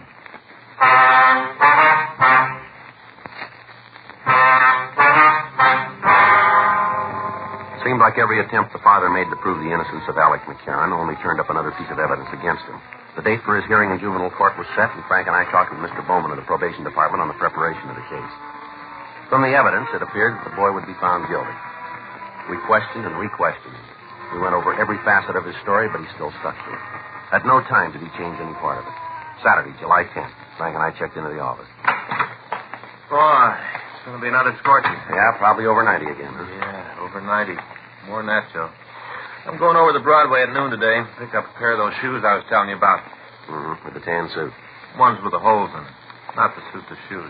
Finally decided last night I need them more than a new spinning reel. I'm going to get them. Well, that's good. Anything for us? Yeah.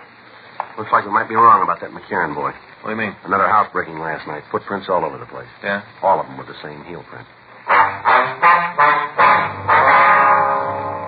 We left the office. We went over to the crime lab. Ray Pinker showed us photographs that had been made at the scene. The marks were identical with those we'd found before. The size of the shoe, the way they were worn, everything matched. The information blew the case against Alec McCarran sky high, and both Frank and I felt a little relieved. The probation department was informed what had happened, and the boy was released immediately. Frank and I drove him to his home, where he was reunited with his family. We obtained the name and address of the shoe company who had made the tennis shoes, and the radiogram was sent to the police department in that city requesting all information on similar shipments to the Los Angeles area. We got the answer the next morning. Only one other pair had been sent to the Southland. Those had been sent to a Mr. Homer Ellsworth, care of General Delivery, Ventura, California. We checked the name through records and identification, but we were unable to come up with a record for him. The name was sent to George Brereton, CII, Sacramento. At 11:15, Frank and I drove up to the beach city. We talked to the postmaster and several of the clerks. They told us that several pieces of mail had been delivered to Ellsworth. Although none of the people could tell us where the man lived, they were able to give us a good description of him. They went on to say that they gathered from conversations that he resided someplace in Los Angeles. We left word with them that the local police department be called in the event the man returned, and then Frank and I drove back to the city. We checked the name again, this time with the description. No make. One of the outstanding things in the way the man was described was that the little finger from his left hand was missing. This was checked through the oddity file without result. The additional information was forwarded to Brereton. We checked with burglary detail, but they had nothing on the suspect. 8:40 p.m. We drove out to the McCarran house and talked again to his family. I knew it all the time. Yes, sir? Got a boy like Alec after 16 years, you know pretty much what he will, what he won't do. Yes, sir. A couple things we'd like to go over with you. Sure, anything you want. Just let me know. All right. Caught the person who was really responsible for this? That's what we want to talk to you about. Fine. Go right ahead. Now, the description we've got of the man is that he's about 50, around 5'8", 150 pounds, dark hair, gray at the temples, wears glasses, has a mustache. Got a finger missing from the left hand. Mm-hmm. What's his name? Well, that we don't know, sir. That's why we're asking you. No name at all. Well, he's used Homer Ellsworth. We don't think that's his true name. It isn't. Sir? Name's not Ellsworth. It's Fallon. Homer Fallon. You know him? Sure. He worked for me for 10 years. Sort of a handyman. Does our jobs around the house. You know where we can reach him? Not sure about that. What do you mean? He quit yesterday morning. We got Fallon's address. We left for the place right away. It was a small house in the South Hollywood area. The front yard was overgrown, and several of the pickets from the fence were missing. It was a 1938 Chevrolet truck parked in the driveway. Frank and I left our unit and walked up to the front door. Watch your step, Joe. What? Ward lives there. Oh, yeah, sir. I think you'd have a light out here, wouldn't you? I get it.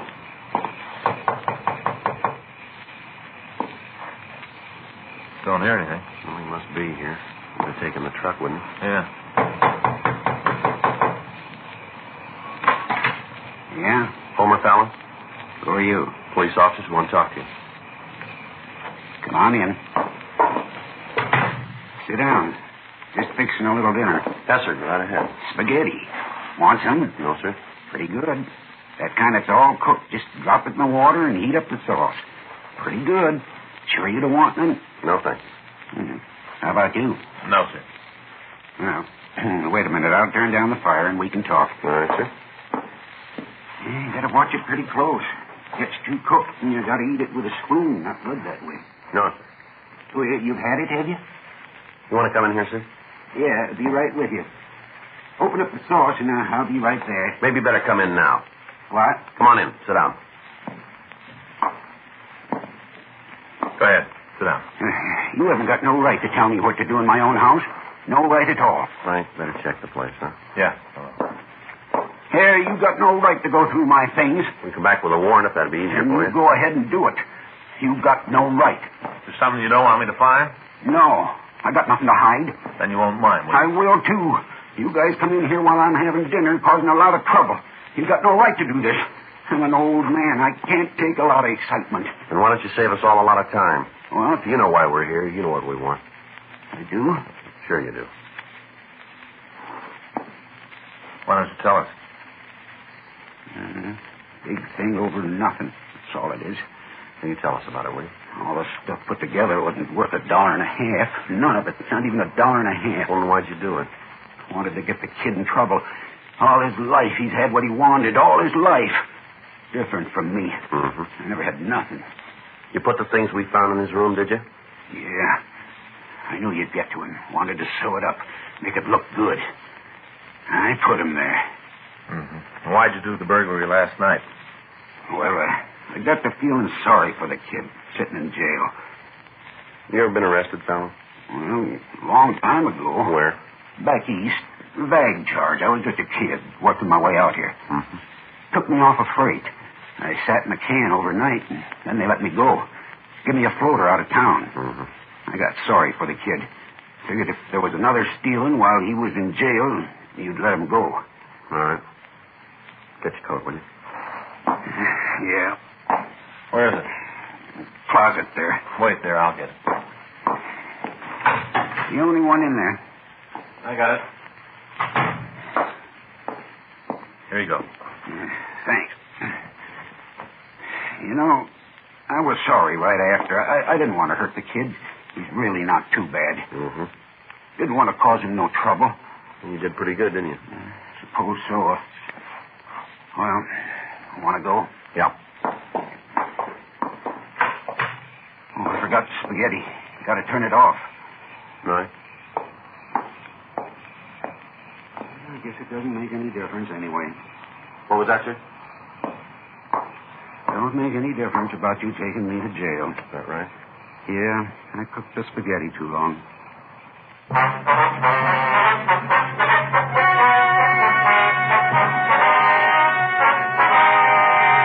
Homer Lindsay Fallon was tried and convicted of burglary in the first degree, 6 counts, and received punishment as prescribed by law. Burglary in the first degree is punishable by imprisonment for a period of not less than 5 years in the state penitentiary. Dragnet is a presentation of the United States Armed Forces Radio Service.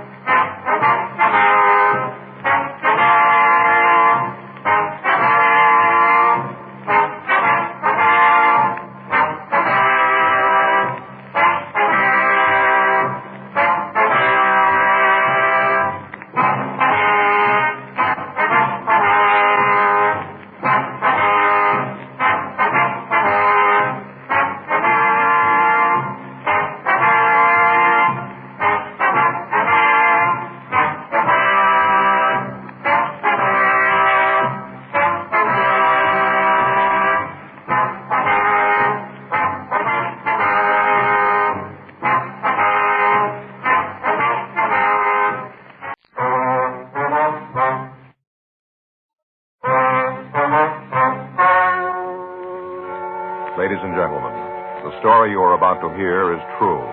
The names have been changed to protect the innocent. Dragnet.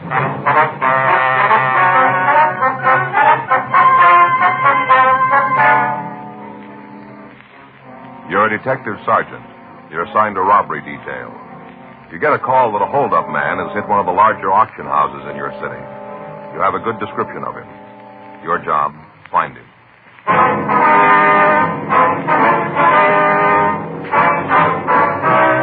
Dragnet, the documented drama of an actual crime.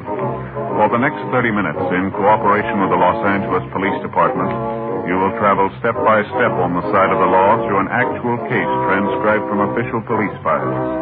From beginning to end, from crime to punishment, Dragnet is the story of your police force in action. It was Tuesday, February 1st. It was raining in Los Angeles. We were working the day watch out of robbery detail. My partner's Frank Smith. The boss is Chief Detective Thad Brown. My name's Friday. I was on my way into the office, and it was 8:07 a.m. when I got to room 27A. Robbery squad room. Morning, Joe. Hi. The rain let up? No. It's still coming down. Doesn't look like it's going to stop either. Oh, sure got it out in the valley. Well. Anything in the book for us? No. Talked to Skipper. He's got a couple things for us to check out. What do we got, do you know? A bank job last week. Stats office came up with a list of possibles. We're supposed to help check them out. All right. Here's the list. A couple on there we know, too. Mm-hmm. When did Rocky get out? A couple of months ago. Can't stay out of trouble, can he? I called the adult authority. They say he's got a job working 9 to 6. Well, he'd still find a way to get out. Yeah. Well, let's get on it. Okay. You think I'll need my rubbers? What? My rubbers. You think I'll need them? I don't know. They're your feet. It's raining pretty hard. Well, I guess I better take them.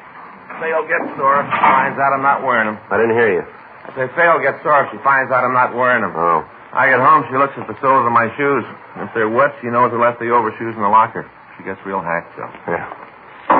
You gonna put them on now? Yeah, I've walked outside, you know. Oh, yeah.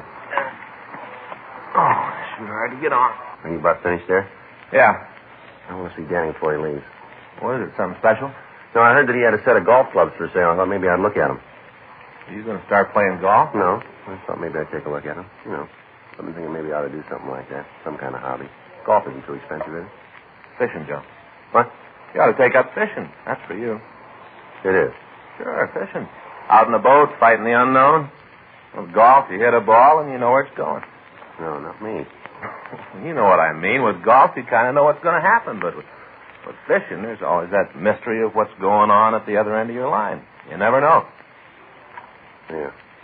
No, you don't, Joe. You never know what's going to take the bait. Might be a big school of white sea bass or yellowtail down there. Might even be a school of albacore. No, fishing's for you, Joe. You think so, do you? Well, it's a little early yet, but you just hang on, old buddy. And tell you what, I'll take you out with me this year. Show you how it's done. No, I don't think so. I heard about your fishing. What do you mean? Oh, Gene Patrick was telling me about how you robbed the bait tank, strung up the horse sardines, and took them home. He's jealous, Joe. He is. Yeah. He wanted them. Hot shot. I'll get it.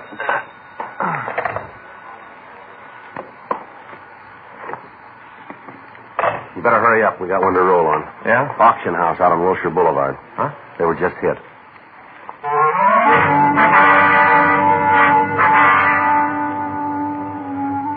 "8:37 a.m. We arrived at the Charles Kane Auction Gallery. It was a large Spanish-type building located on the corner of Wilshire Boulevard and Gregory Drive. A radio card answered the call, and the officers from the unit were taking reports. The policeman at the door told us that his partner was making a check of the neighborhood to see if he could come up with any information for us.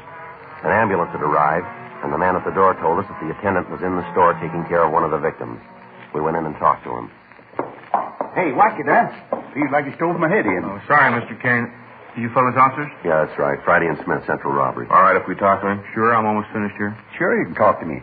Go ahead, I'll tell you. All right, sir. This is my partner, Frank Smith. My name's Friday. Charles Kane. This is my place. I'm the one that we robbed. Yes, sir, we understand. This is Miss Morgan. I'm his leader policeman. How do you do? How are you? Where's the other cops? Sir? Other fellas, the ones in the police car. Where'd they go? Well, they're outside, Mr. Kane. Oh, you fellas with the guns, huh? What's that, sir? The guns, the big ones. You know, the ones who's going to handle it? Well, I guess you could say that. Yeah, well, suppose you want me to tell you all about it, huh? Yes, sir, if you would, please. Yeah, been in the auctioning business a long time. This is the first time a thing like this has ever happened. First time. Uh-huh. Came in this morning early. Came in to check the consignment from Santa Barbara. Loading new stuff.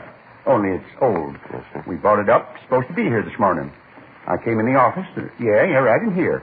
Fellow was standing back at the door. As soon as I came in, he clouded me on the head. Whacked me a good one. Hey, wait. Take it easy with that bandage, will you? Yes, sir, I'm sorry. You like that fella Ichabod? Who's that? Ichabod, you know, from Washington Irving. Ichabod Crane. Fella rode around carrying his head under his arm. Yes, sir, I feel like I could do that. Grand writer, Irving. Read almost all his stuff. Grand. Yes, sir. What time did you come in? Yeah, grand. Oh, it must have been about 7:45. Wonder if you can give us a description of the man. Sure. Don't you want me to tell you the rest of the story first? Well, if we can get a description of the man, Mr. Kane, we can get a broadcast out on him. Yeah. He robbed the safe, too, you know. Yes, sir, we understand. Cleaned it right out. How tall was the man, sir? About 6'2". Big fella. Well, might even been bigger. How about his weight? Big there, too. Maybe a couple 100 pounds. Did you see the man, Miss Morgan? Yes, he was here when I came in. Yeah, but I'm the one he hit. Well, he was back here with Mr. Kane when I came in. The man must have just hit him. Did you get a pretty good look at him? Yes, sir. Yeah, he hit me. He gave me a real whack right on the head. Yes, sir. This fellow's covered it all up with bandages. You'd be able to see it. A real whack. Yes, sir, we understand. I think that'll take care of it, Mr. Kane. Will, huh? Yes, sir. I suggest you see your doctor, though. Yeah, why? We usually recommend it, sir. Oh, yeah. Well, thanks, young fellow. Yes, sir. About the man's coloring, Mr. Kane. That ambulance fellow been real nice. Yes, sir. Can you tell us about the man who held you up? Light complected. Did he wear glasses? No, didn't have glasses. Well, he had them on when I saw him. Yeah? Well, he didn't when he whacked me. What kind of glasses were they, ma'am? Well, they're the ones with the plastic rims, sort of a light color. Must have taken them off when he hit me. What was he wearing? Gray suit. Business suit. Gray. Was he clean shaven, do you remember? Well, yes, he had a dark beard, though. Real heavy, but he was clean shaven. I'll get this out, Joe. Right. Did he have any accent when he talked, Mr. Kane? No, just hauled off and hit me as soon as I came in the door. Didn't say a word. Just whacked me on the head. Did he speak to you, Miss Morgan? Well, yes, he did. He told me to keep quiet and nothing would happen. Did you notice anything in his speech? No, he talked just like anybody else. Okay, you called him, Frank? Yeah. Miss Morgan, Yes, sir. what time did you get in this morning? Oh, it must have been about 8, maybe a couple of minutes after. Did you see the hold-up man when you came in? No, not right away. He wasn't out in the gallery. Uh-huh. I came into the office here. This is where I work most of the time. That's when I saw him. He was standing right over there. Mr. Kane was on the floor, and the robber was standing next to him. I guess he'd just hit Mr. Kane. Uh-huh. What did he say to you? Oh, I told you. He said for me to keep quiet and nothing would happen to me. Did he say anything else? No, he didn't. Didn't say much to me either. Just whacked me. Would you know the man if you saw him again, Miss Morgan? Yes, I would. So'd I. All right, sir. Well, we'd like both of you to come downtown and look at some pictures, if you would. Oh, got him, huh? Fast work. Oh, no, sir. No, we haven't got him in custody yet, but we may have a picture of him downtown. Yeah? How'd that be? Well, if he's done this kind of thing before and he's been arrested, we'd have a record on him. Oh, yeah. Mr. Kane, Yeah? what kind of a burglar alarm system do you have here in the store? Oh, it's right there on the window. Mm-hmm. Hey, you see those little strips of foil? Electricity runs through them. They get broke and it rings the bell out in front of the store. You're not on a system, though, are you? Huh? Oh, no. Always figured that if the bell went off, the cops would be here soon enough. I see. He must have found out some way to turn the thing off, though. Didn't ring at all. I'd heard it if it had. I'd heard it sure. Do either of you people smoke? Yeah, both of us. Got out the broadcast, Joe. Good. Call the crime lab. They're on the way. All right, fine. I took another look at the front door. Whoever broke in sure knew his job real clean. You got anything? Well, we don't know yet. Either of you two people smoked this morning here in the office? Not me. Sure could use a cigarette, though. Calm me down. There you are, Miss Kane. How about you, miss? Thank you. Why all these questions about smoking? I want to know if you're going to catch that man. There was over $1,200 in that safe, and I had a couple of hundred on me. He took all that. What's you asking all these silly questions for? Well, there's some cigarettes here on the floor. Looks like the hold-up man must have waited for you two to get here. Yeah, probably did. Broke into the safe and then waited for me to come in. Dirty sneak. What do you got, Joe? Some paper matches here. Might be some. Yeah? You take a look at them. Yeah. Huh, what's that? Some printing on that one. You read what it says? 23 miles to Wilming. The rest of it's burned off. Probably Wilmington. Uh-huh. Oh, you got something? A clue? Well, we don't know yet, sir. Here's another one, Joe. Can you read it? Yeah, this one's almost full. Only the tip's been burned. What's it say? Well, it says 14 miles to Santa Monica. What was that? 14 miles to Santa Monica. Look like matches from a motel, maybe a hotel, something like that. Might be a restaurant. Yeah, you guys won't have any trouble at all. Getting the fella, I mean. Sir? Yeah, simple. Just find a place that's 23 miles from Wilmington, 14 miles from Santa Monica. Don't you get it? Find that place, and your man will be waiting for you. You get it? Yeah, simple. Find that place, and your man will be there.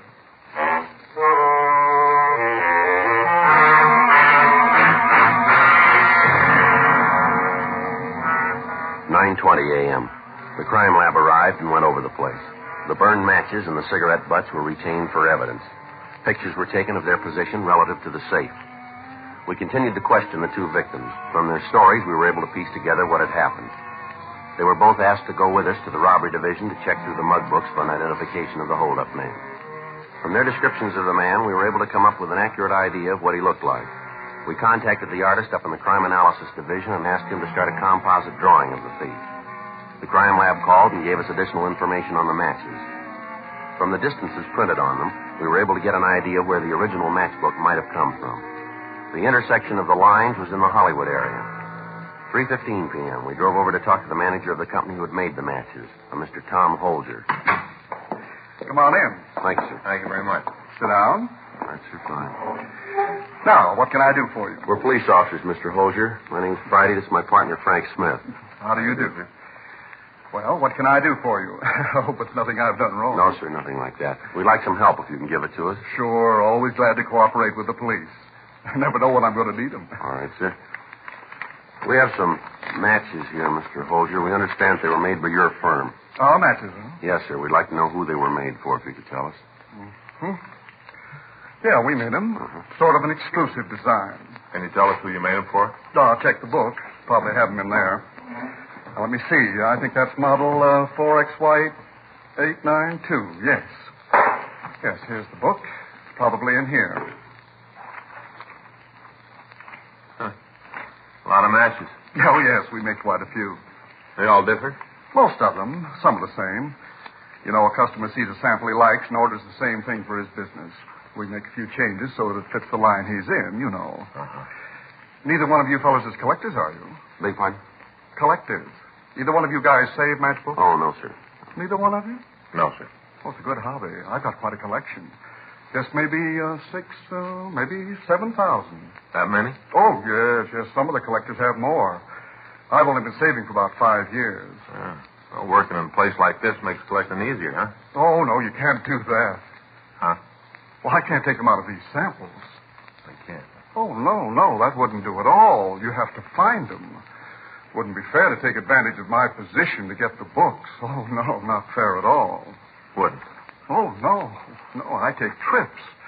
Drive all over to get ones. Last summer, I went back to the Smithsonian Institute. Now, they've really got a collection. Oh, it's just beautiful. Is that right? Oh, my, yes, beautiful. Had a wonderful trip. Got a lot of new books. My wife did very good, too. Came back with 2 shopping bags full of sugar. How's that? Sugar. She saved sugar cubes. You know, with the wrappings to tell where the cubes came from? Oh, yeah. Yes, sir, I've seen them. I know what you She saves them. 2 shopping bags full. Wonderful trip. About the matches, sir. I wonder if you could tell us. Oh, yes. Well, here you are. I think this is it. Now, let me see the ones you have. Here you are, sir. Mm-hmm. Now, let me see. Uh-huh. Same one. Yes, that's it. You know, we have guys coming in here all the time to see if they can't get some books for their collection. I won't go for it, though. The dodges they use. Some of the stories would really make you laugh if you didn't know what they were trying to do. Yes, sir. Now, about these matchbooks here. What? Oh, well, I try to tell them. I go out and get the matches fair. Don't come around here and try to do things the easy way. Go out and get them fair. That's what I tell them. Can you tell us where these matches came from, please? Oh, all over the world. They come from all over. No, sir. The matches we brought in. These. Oh, yes. Oh, my. No. These came from Hollywood. I meant the others, the ones for collecting. Yes, sir. Can you tell us where in Hollywood? Well, let me see. Here, there's, 1, 2, 3, 4, 5, 6. Oh, 6 places that use these matches. Have a different cover on them, of course. Well, any way you can tell us where these particular matches came from? Well, not when they're burned. If I could see the color of the head, I might be able to tell. A big part? Well, we put a different color head on the matches. Oh, I see. Different place, different color. Mm-hmm. Any way you could tell from these, though? Well, could be done. Take some time. Uh-huh. Analyze the burned portion. tell what the chemical content is in the head. Tell that way. It takes some time, though. About how long? Well, a couple of hours, maybe a little longer. Well, how much would knowing the color help? Well, you can see here in the book. There are 2 with red heads, 2 with green, and 2 with white. Be able to narrow it down to 2 for you. Well, that's not necessary, Mr. Holger. Be glad to do it. Well, we'll drop the matches by our crime lab. They can run the test, and then we'll call you back. All right, that'll be fine. Wonder if you could give us the address of the places that used the matchbooks. Oh, sure. I got them right here. I'll make a copy for you. Sure, appreciate it. Oh, no trouble at all. Say, I was just thinking. What's that, sir? You fellas wouldn't like to start a collection, would you? I could let you have a few books to get you started. Well, sir. Wouldn't be cheating. Just a few. No, sir. Thanks just the same. Well, take some of these along anyway. Loads of fun. Huh? Sugar cubes, all the way from Des Moines.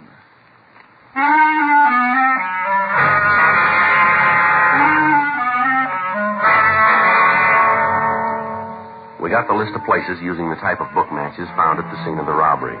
We told Tom Holger that we'd be back if we needed any more help, and then we left. 5:30 p.m. We called the office and talked to Sergeants Murphy and Rafferty. We gave them the addresses of the 3 motels and asked them to check them out. 6:46 p.m. We started to check out the 3 motels on our list. The rain continued to fall. The Weather Bureau's report indicated that it would keep up for another 12 hours. At the first 2 places, we got no new information on the holdup man. 7:29 p.m. We checked at the last place on our list. Yeah? Police officers would like to talk to you, sir. Oh, sure. Come on in. Thank you. Boy, it's sure coming down, isn't it? Yes, sir. Now, what's all this about? Something wrong? No, we just like your help. Nothing I can do. Say, you guys like a cup of hot coffee? Take the chill out of your bones. No, sir, no thanks. Got it all ready. Won't be no trouble. No, sir. Thanks just the same. Well, how about your partner? No, thanks. All right. Now, what can I do for you? We'd like for you to take a look at a picture here and tell us if you've seen the man. Sure. Frank, you got the sketch there? Oh, yeah. Got it right here. A little wet. Uh-huh. Get some water you got in the pocket. Yeah. What do you want this guy for? Something special? We'd like to talk to him. Yeah, sure. Didn't mean to pry. Just wondering if it was a big job or maybe a bad check, something like that. Uh-huh. There you are. Seen him before? This his description down here at the bottom? That's right. Robbery, huh? Yes, sir. Big deal. You seen him? I'm not sure. Description fit a lot of people. Uh-huh. Does it fit anyone registered here? Yeah, at least 4 guys. 7:36 p.m. We continued to talk to the manager of the motel. He went through the registration cards of the 4 men who answered the description of the holdup man that we were after. We were able to eliminate 2 of them. In the manager's company, we left to check out the other 2 occupants. Cabin number 26 was registered to a John Keller. He had given his address as 1624 Shannon Street, San Francisco. There's nobody here. You want me to open the door? Better let us do it, huh? Figure he might give you some trouble? We don't know, sir. I hope not. I run a quiet place here. I like to keep it that way. All right, would you just stand over there, sir? Sure.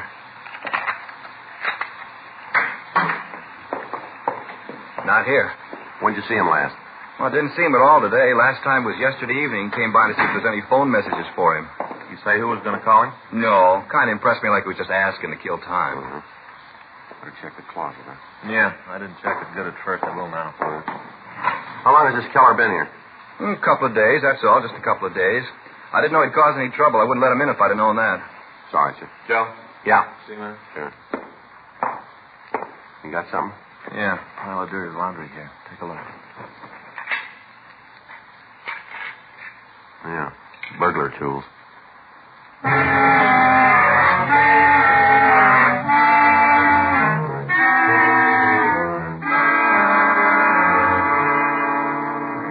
The burglar tools were not disturbed until they could be checked for fingerprints. We asked the manager of the motel to go back to the office and act as if nothing had happened when the suspect came in. He told us the motel had a switchboard telephone, and we asked him to ring us in the event the office called. I called the city hall and told them where we were. I also asked that another team of men be sent out to help us with a stakeout. Then Frank and I settled down to wait for John Keller. The rain kept up. We waited. 8:30. No sign of the suspect. The office called to say that they were sending Stewart and Creasy out to relieve us at midnight. 9:30. 10:15 p.m. Well, I sure wish we could smoke. Yeah. Wonder what he's doing out on a night like this. Yeah. Sure coming down, isn't it? Yeah. Hope Faye and the kids are all right. Is there anything wrong? No, but once in a while when it rains real heavy like this, the storm drain across the street gets clogged. Water backs up, fills the street, you know. Yeah. Well, we only got another half hour to go here. Yeah. Glad to get some dry socks on. Hold it. Huh? Somebody coming out there.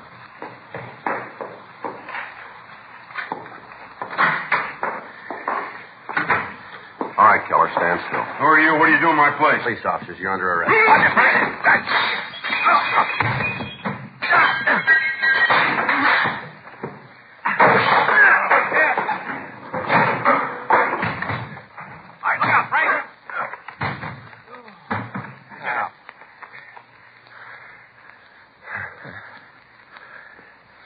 Come on. Get up. Come on. Get on your feet. What do you want me for? I haven't done anything. Those your tools in the closet? You guys been snooping around. Better shake him, Frank. Yeah. I got a gun. You'll find it anyway. I got a gun. All right, give it over. 38, sir. I got it. Let's get out of here, huh? You got nothing on me. We call a lawyer. You'll be turning me loose in a couple hours. Hold still, Keller. What do you got here? Pretty wise. You guys don't miss a trick. No. 32 strapped to his leg, Joe. What are you doing with that, Keller? I'm saying nothing until I see a lawyer. Where's your wallet? In my coat. Is that where you keep your money? You know a better place? All right, take it out. Lousy cops think they own you. You ever done any big time? I know what you're talking about. All right, come on, Keller. You know what's going on. You ever done any big time? Yeah. Where? Back east. For what? Armed robbery. You on parole now? None of your business. Now, look, we're going to find out anyway. Save yourself some time and us some trouble. Answer the question. So on parole. What's that prove? Your parole officer know you're out here? Yeah. Didn't he tell you it's against the law for an ex-con to have a gun? He told me. And how come you got two of them? I drove out here. You need protection on a trip like that. How much money you got in your wallet there? I don't know. About how much? I haven't got the slightest idea. I always know how much I got. Maybe it makes a difference to you. Count it. What for? Count it. 50, 100, 150. Put it out on the table, will you, so we can both count it. Now let's try it again. 4, 7. Comes out $3,053. You want me to count the change in my pocket, too? Where'd you get the money? I worked for it. Where? None of your business. All right, Keller, let's go downtown. Frank, you want to get the tools? Yeah. Pick up the money, Keller. Put it back in your wallet. Look, suppose I just leave it there and walk out of here. Wouldn't that make it all right? You know better than that. Now put it back in your wallet. It doesn't make any difference anyway. You guys got nothing on me, nothing you can hold me on. Yeah. Come on, Keller. His hands, Mark. I'll get the tools, Joe. Right. Hey, how about my coat? Your what? A coat. All right, here. Now let's go. Guys are sure going to feel pretty silly. Is that right? Sure, you got nothing on me. My lawyer will have me out in no time. He's a good lawyer. Yeah, well, he's going to have to be. Huh? To get you out of this one.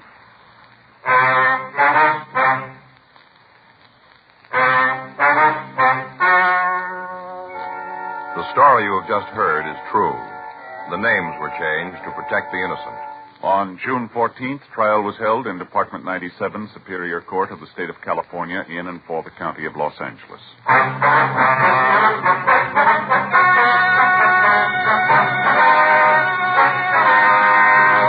John Rudolph Keller was tried and convicted of robbery in the first degree, 1 count, and burglary in the first degree, 6 counts, and received punishment as prescribed by law.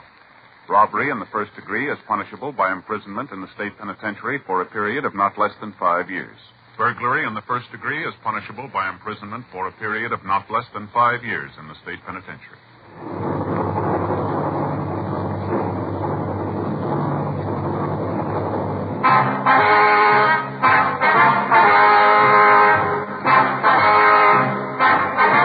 You have just heard Dragnet, the authentic story of your police force in action, and starring Jack Webb, a presentation of the United States Armed Forces Radio Service.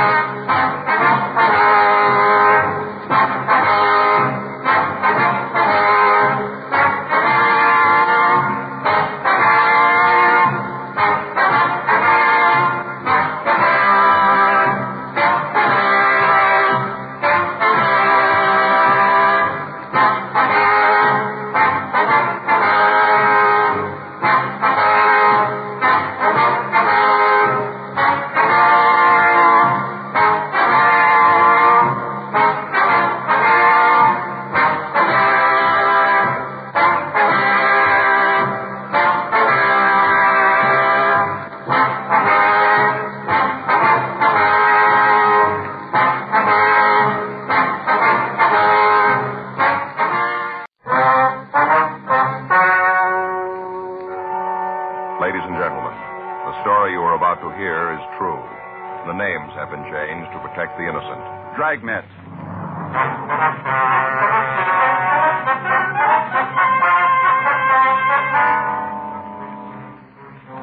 You're a detective sergeant. You're assigned to homicide detail. A man has been shot down on a street corner of your city. There's no apparent motive, no lead to the assailant. Your job, find him. It was Tuesday, May 8th. It was cool in Los Angeles. We were working the night watch out of homicide details. My partner's Frank Smith. The boss is Captain Warren. My name's Friday. I was on my way over from the office, and it was 10:13 p.m. when I got to Georgia Street Receiving Hospital. The waiting room. Hi, Frank. Joe? How's he doing? I don't know. I'll talk to Dr. Sebastian. How's it look? Well, not too good. Slugs embedded in his lung caused a hemorrhage. He's getting a transfusion. What do you got on it? I just talked to the guys who came in with him for a minute. They didn't have a lot. Yeah. Call came in from a man who owns a newsstand at the corner of Normandy and Willowbrook. See the witness? Yeah. Anything there? I don't know. We'll have to talk to him.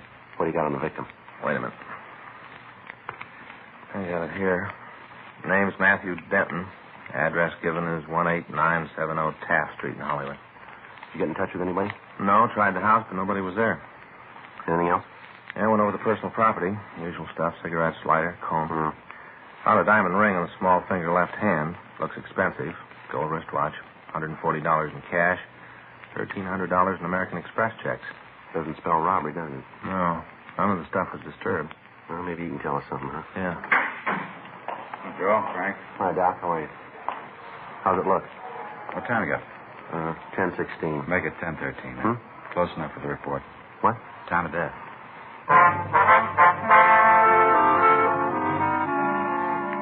Matthew Trevor Denton, WMA, 31 years, 5'9", 164 pounds, had stopped living at 10:13 p.m. on May 8th. We didn't know who he was or why he died.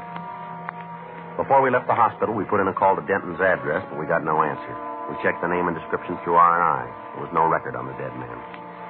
At 10:48 p.m., we left Georgia Street and drove over to the scene of the shooting, where we talked to the witness, Andrew Cape. Right over there is where it happened. The bus stop. Uh-huh. I was standing right here. Right here. Mm-hmm. I saw the whole thing happen. Yes, sir. About what time was that, Mr. Case? Oh, I guess it was 9:30 or so. I see. I was just standing here, and bang, bang, 2 shots. Did you see what led up to the shooting? Well, what do you mean, let up? Well, I mean, did you see what happened before? Oh, yeah, whole thing. Uh-huh. Would you tell us about it? Sure. All right. Go ahead. Well, one of those nights where just nothing went right, you know what I mean. Uh-huh. I started off with my wife burning the coffee. I wouldn't think a person could do that, would you? Burn the coffee? Shall I go ahead? I had a big argument before I left home. I just started off that way. Yes, sir. Got out here and took over. About what time did you open the stand, sir? Oh, I was 7:30 in the morning. Tried to get breakfast business, you know. People on the way to eat. Stop off for early paper. I see. I try to get them. All right. I open her up in the morning, and then there's a school kid takes over for me about 3 in the afternoon. He's here around 6:30 when I come back from supper. I see. That's when she burned the coffee. Night supper. All right. You want to tell us about the shooting? Oh, sure. Kind of hard, you know. This is the first time for me. How's that? Well, it's the first time I've ever been a witness. First. I see. What time did you first see the victim? Man who was shot? Yes, sir. Well, I told you. It's about 9:30. The car pulled up to the curb, and this fellow got out. He kind of stood there for a minute, and he talked to the other fellow in the car. He just stood there a minute and talked, kind of leaning in the window. Mm-hmm. Car pulled away, and the one who got out, yeah, he walked over and sat down on the bench like he was waiting for the bus. Mr. Cates, you got a good look at the car he got out of? I saw it, if that's what you mean. Would you describe it for us?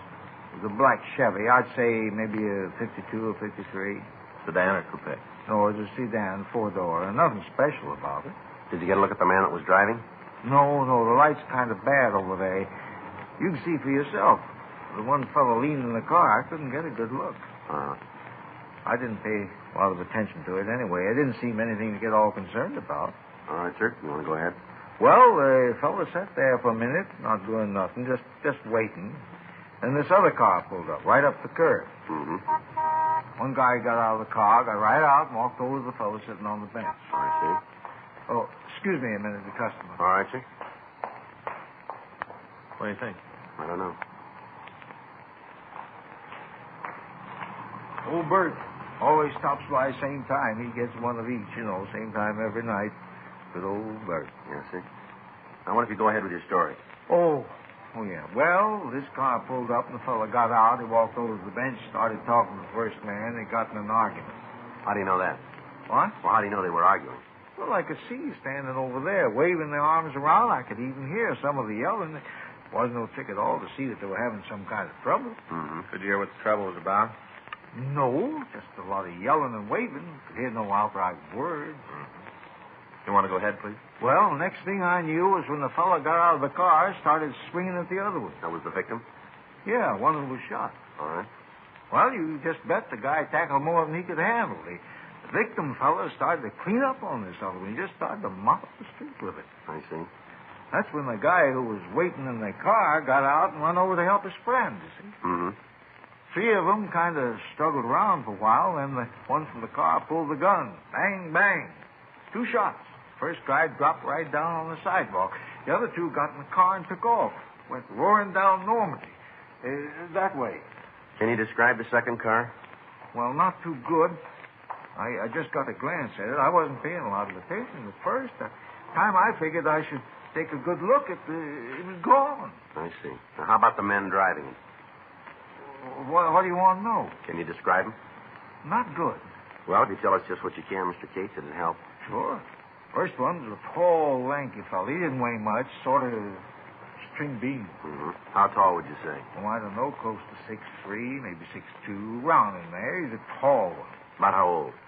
23, 25. I couldn't tell that too good. I see. What about his coloring? Was he light or dark, do you remember? Light. He was blonde. How about his clothes? He had on a pair of jeans. One of them jackets, made out of the same kind of material, rivets like on them. Mm-hmm. Were real tight jeans. Both of them were wearing them. Anything else you can tell us about the tall man? No. Was he the driver of the car? Oh, yeah. He was the one who did the shooting, the tall fellow. Could you see the gun? Yeah, but not good. Do you remember whether it was a revolver or an automatic? Well, it looked like a revolver to me. All right, now what about the other man? He was shorter than the first one. No runt, but, shorter. Guess anybody would look small next to him. About how tall was he? Always about 5'9", 5'10". Give a couple, take a couple. All right. How was he built? Sort of light, maybe 140. Anything else about the 2 men? Did either of them wear glasses, do you remember? No, not so as I could see. He might have taken them off, before they got out of the car. Might have, but I didn't see him when the fight started. Did either of them use a name that you could hear? I told you before I couldn't hear anything they said. There's just a lot of yelling when the fight started. All right. Wasn't anything special about the 2 fellas to make them stand out. One tall, the other short. No big reason to remember them. Afraid you got it wrong, mister. Huh? We got a reason.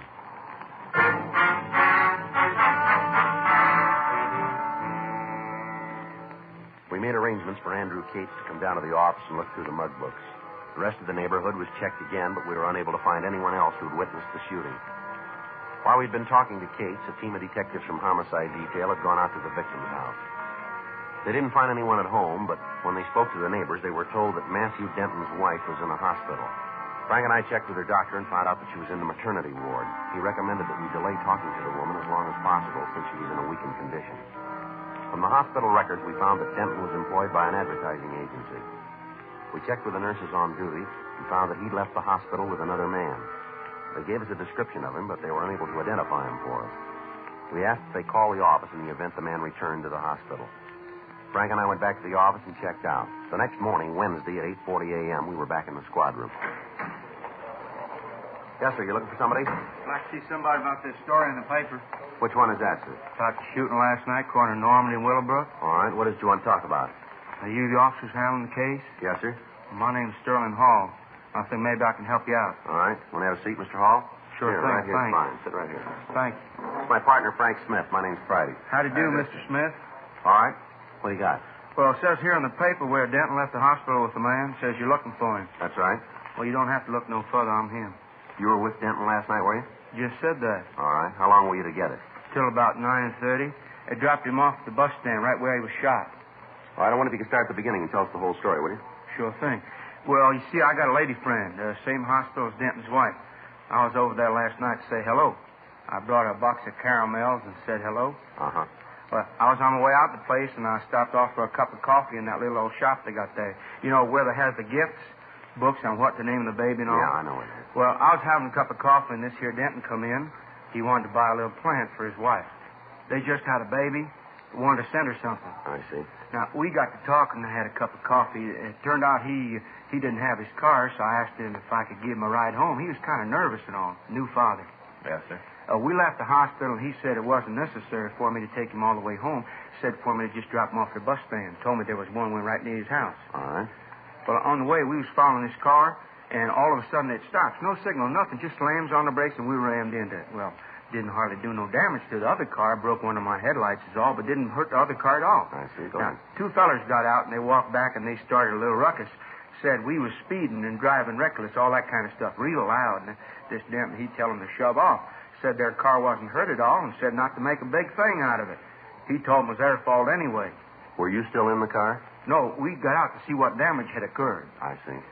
These two guys started to get rugged now, like they wanted to start some real trouble, and Denton said if they wanted to make a problem out of it, the thing to do was to call the cops and make a complaint. What'd they say to that? Nothing, just said to forget it, and then they got in the car and shoved off. Mm-hmm. Now, I didn't see him again, but I got to thinking about it this morning when I saw the story in the paper. You think it might have been one of them two who shot Denton? Well, we don't know, sir. Can you give us a description of the men? Sure thing. Now, one of them was real tall. The other one was about my height. It'd be about 5'8"? 5'8" and 3/4. All right. Can you give us a description of the car? Yes, sir. It was a light blue Ford. One of them new ones, you know, with the plastic on top. Yes, sir. I took a good look at it. Matter of fact, I kind of thought there might be some trouble about the accident. I didn't want to be out on a limb with my insurance company, so I made sure. Yeah. I got the license number.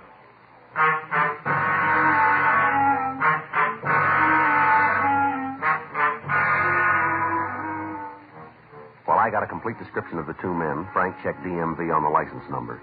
5 minutes later, he came back to the office. Joe? Yeah, you got it? If you find out who the car belongs to, shouldn't be anything to pick up them two fellers. It's not going to be that easy. The car was stolen.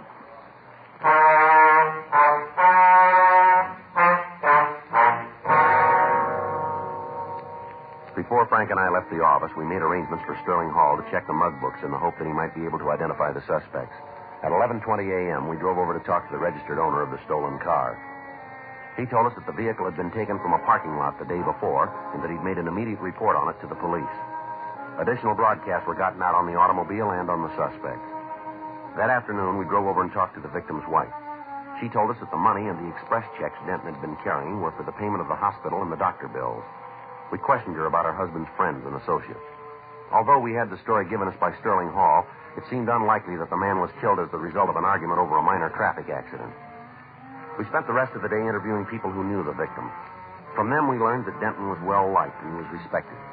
He took an active interest in neighborhood clubs and events. The more we went into his background, the more convinced we became that he'd been killed by the men in the stolen Ford. 2 days passed. On Saturday, May 12th, the vehicle was found abandoned. A stakeout was placed on it, and when no one approached it, the crew from Leighton Prince went over the car. They found several partial fingerprints, but not enough for classification. The prints were photographed and held for evidence. Frank and I continued to work on the killing. A month went by without additional information turning up. On Tuesday, June 19th, we got a call from burglary detail. Yeah. No, nothing. Where'd he come from? Well, it might check out. No, we'll pick him up. Yeah. Okay, right, thanks. Mac over in burglary. Yeah? He says he just picked up a guy for receiving. Uh-huh. Tried to make a deal. Said if he got a break, he might be able to help us clean up something. Say what it was? Yeah, he did. The Denton killing.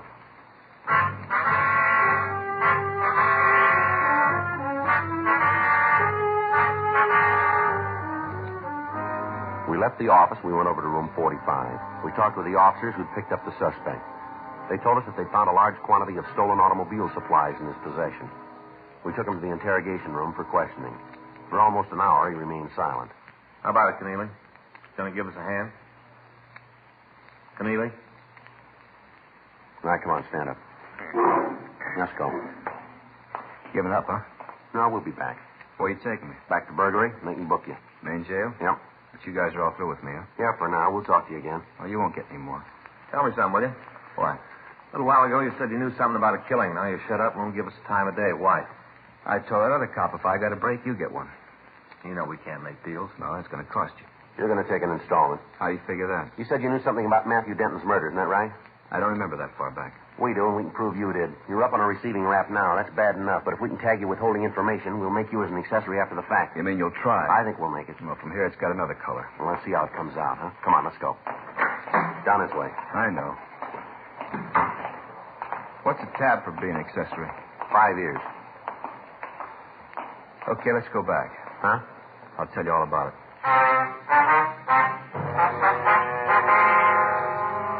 We returned Harold Keneally to the interrogation room. We put out a call to Gene Bechtel to come and take a statement. Keneally asked that we send out for some coffee for him. Frank went down the hall and brought back 3 cups. After he'd finished his, Keneally leaned back. It's good coffee. Strong. I like it that way. Yeah, well, now that you've had the clacks, let's start the story. What do you say? Sure. What do you want to know? Who are the 2 men? I don't know. Are you going to start this all over again, are you? I'm giving it to you on the line. I don't know who they are. Well, what do you know about them? Not much. A couple of guys are doing pretty good with radios. You one of their customers? Yeah, me and a half a dozen others. You know who they are? Well, you're not going to get the names. All right, let's get back to 2 men. Why do you think they had something to do with Denton? Well, about 3 weeks ago, they was in my place, had 5 new radios, the kind with the bar to pick the stations, you know, like the new cabs. Yeah, I know. I had 5 of them, wanted to turn them over. Yeah. Well, the price they were asking was way out. I told them so they'd have to find someplace else to drop them. All right. Told me there was a beef, they had to get out of town, so they needed the money to swing it. That still doesn't add up to Denton's killers, does it? Well, it will. All right, come on, tell us. Well, I went out of the office for a couple of minutes, told them I had to make a phone call. Yeah. I got a mic hidden in the room, found out it helps in business once in a while. I turned it on and listened to the guys talk. Go ahead. They were yakking about some guy that got shot. The big fellow was saying there wasn't no other way to handle it. Said that he didn't like it either, but there just wasn't any other way. Big thing then was to get some money and just beat town. Mm-hmm. I waited outside for a couple more minutes, but they didn't say anything, so I went back in. I told them I couldn't swing the radio deal. What'd they do then? Well, they said they had to dump him someplace. If I couldn't take him, they'd find somebody who would. Told them to go ahead. And what do these guys look like? A couple of bums, one tall, the other short, wearing those jeans with the coats made out of the same cloth, you know. You had dealings with them before? Yeah, a couple of times. You know their name? No. All I know is the big one's called Dusty. I don't know the last part. How about the other one? Nothing there. Anything else about them? Oh, they're both lushes. Yeah. The big one is Dusty, always got a flask on his hip. You mean a bottle, huh? No, a metal flask like they used in Prohibition. This one's all beat up, dented. It's all dirty. But I never seen Dusty without it. Both of them all the time nipping at it. All right. You know where these guys live? No, someplace downtown. They got a pad there. I don't know where it is, though. How do you know it's downtown, then? Well, I don't know for sure. It's just a guess. Did you ever hear either one of them say anything about a job? Not those 2. They never done a day's work in their lives. The only thing they're good at is lifting radios. They wouldn't work steady if stealing was legal. Is that all they take, radios? All I've ever seen. Guess they got a gimmick. Figure they can make a living with them. Why change? Mm-hmm. I guess they do pretty good. I don't know. I paid them enough times. All right. Anything else you can tell us? No. They work with anybody else, do you know? Not that I've ever heard. How about close friends? None. They say when they'd be back to your place? No, they don't have a regular route. When they pick up some things, they come in. If they got nothing to sell, I don't see them. When'd you see them last? The time I told you about. They still around? Well, I don't know. Rumble says they are. I haven't seen them myself. You know where we can reach them? No, you don't make an appointment with them. You know if these guys have ever been arrested? Oh, we never talked about it. Where they seem to feel about cops, though, you sure figure they fell. They from L.A., do you know? I don't think so. Never heard them say. Only done business with them a couple of times. We never got real buddy-buddy. Mm-hmm. They don't go that chummy set much. All right, Keneally. Anything more you want to tell us? I guess that's it. All right, come on. Why don't you check the books? Yeah. Hey, can you spring another cup of that coffee? It's sure good. About the best I ever tasted. Hey, wait a minute. Yeah? There's one more thing about the guys you're after. All right. Take it easy with them. Like I told you, they're both lushes. I think they're off their rockers. Yeah, we'll watch it. Well, you better. They're packing heavy. Yeah. Any way you slice it, they're loaded.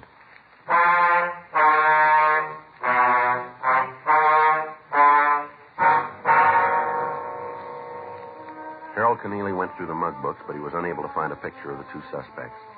The name Dusty was checked to the moniker file without result. Information was forwarded to George Brereton up at CII Sacramento, and a supplemental APB was gotten out. We spent the rest of the day with officers from burglary detail going over reports. We found that they'd been working on a string of car radio thefts for the past several weeks.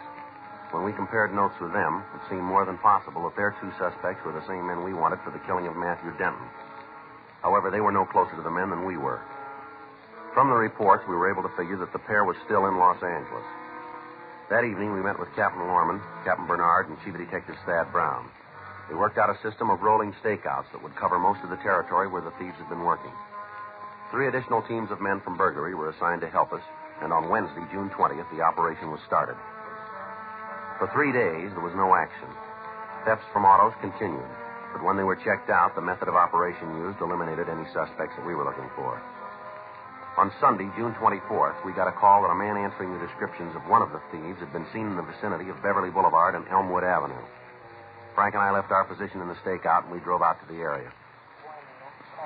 Should be a couple of more blocks. Yeah, we just passed Ridgewood Place. You better take it easy next block when you start cruising. Yeah. See anything? No. Want to take a left here? All right. Doesn't look like it. Well, let's go up a couple more blocks. All right. Sure be a break if we nail him tonight. Yeah. A little rough on the study time. How's it going? Oh, I don't know, Joe. Times I don't think I'm ever going to make sergeant. What are you doing now? You mean studying? Yeah. Legal procedure. Well, you should know that.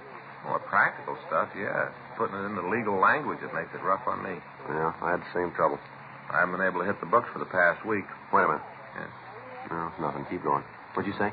I said I hadn't hit the books. I missed a couple of lectures, too. Well, you're never going to make it that way. That's what Faye says. Wait a minute. Huh? Slow down. What do you got? Up there. See? Next block on the left.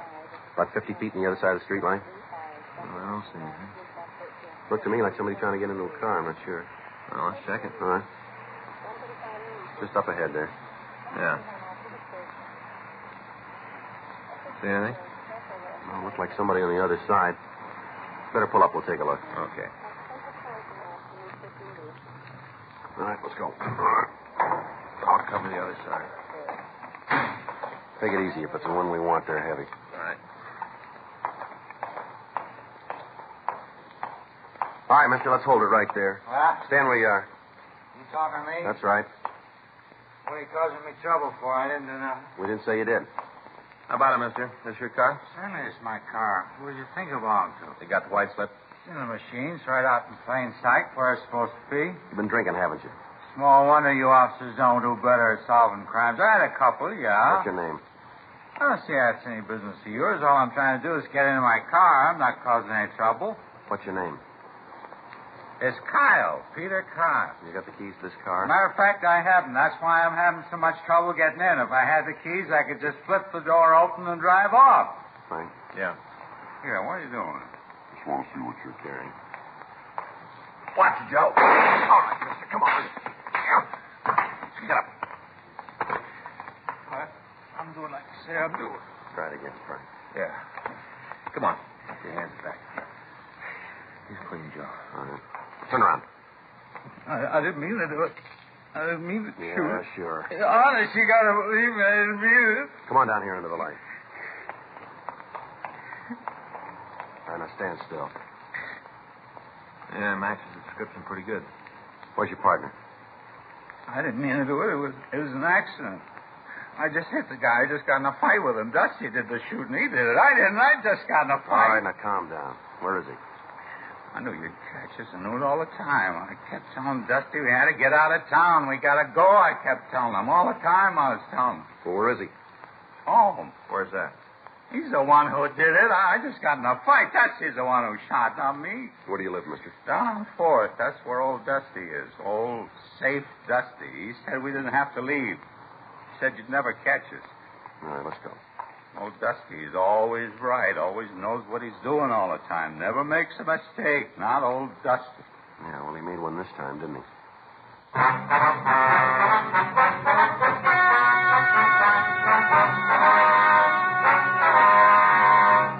Peter Gregory Kyle and Jesse Haywood Poole were tried and convicted of murder in the second degree and petty theft, 18 counts.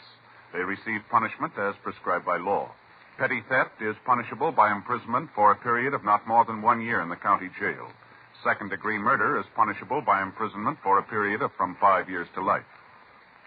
Dragnet is a presentation of the United States Armed Forces Radio Service.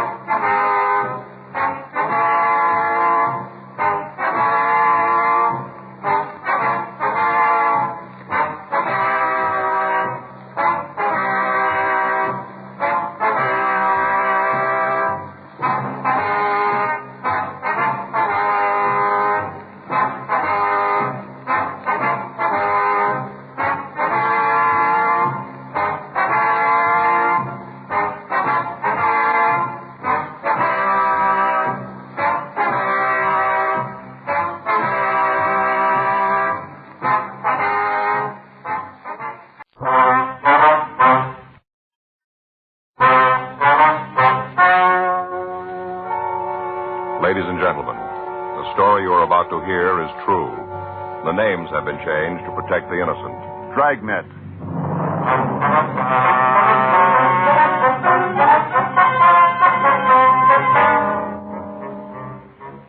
You're a detective sergeant. You're assigned to juvenile detail. A narcotic ring has been supplying drugs to the teenagers in your city. There's no lead to the identity of the key people in the operation. Your job? Find them.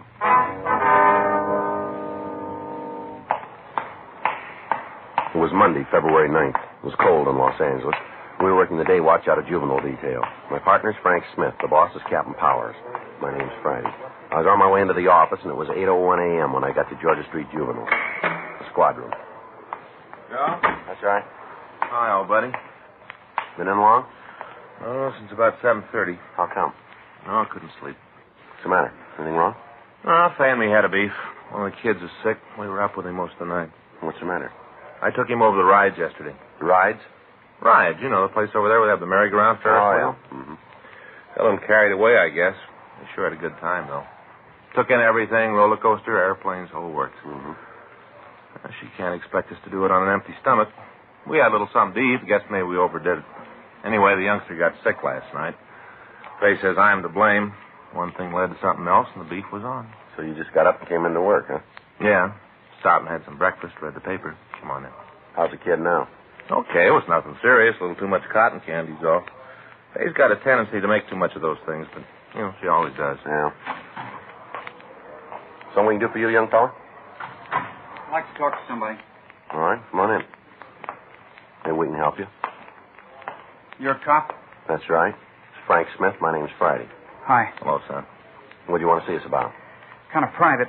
Is there someplace else we can go to talk? Well, we can, yeah. There's a room down the hall. Well, that might be better. All right, we can go down there. Come on. Down this way. Yeah. Just a minute. This is it right here. Go ahead. Yeah. All right, you want to take a chair right there, son? Okay. All right, now what can we do for you? I want you to put me in jail. Why? Because it's the only way I'll stop. I know it. I got to be in a cell or I'll do it again. Well, what do you mean, son? I'm hooked bad. I want to stop.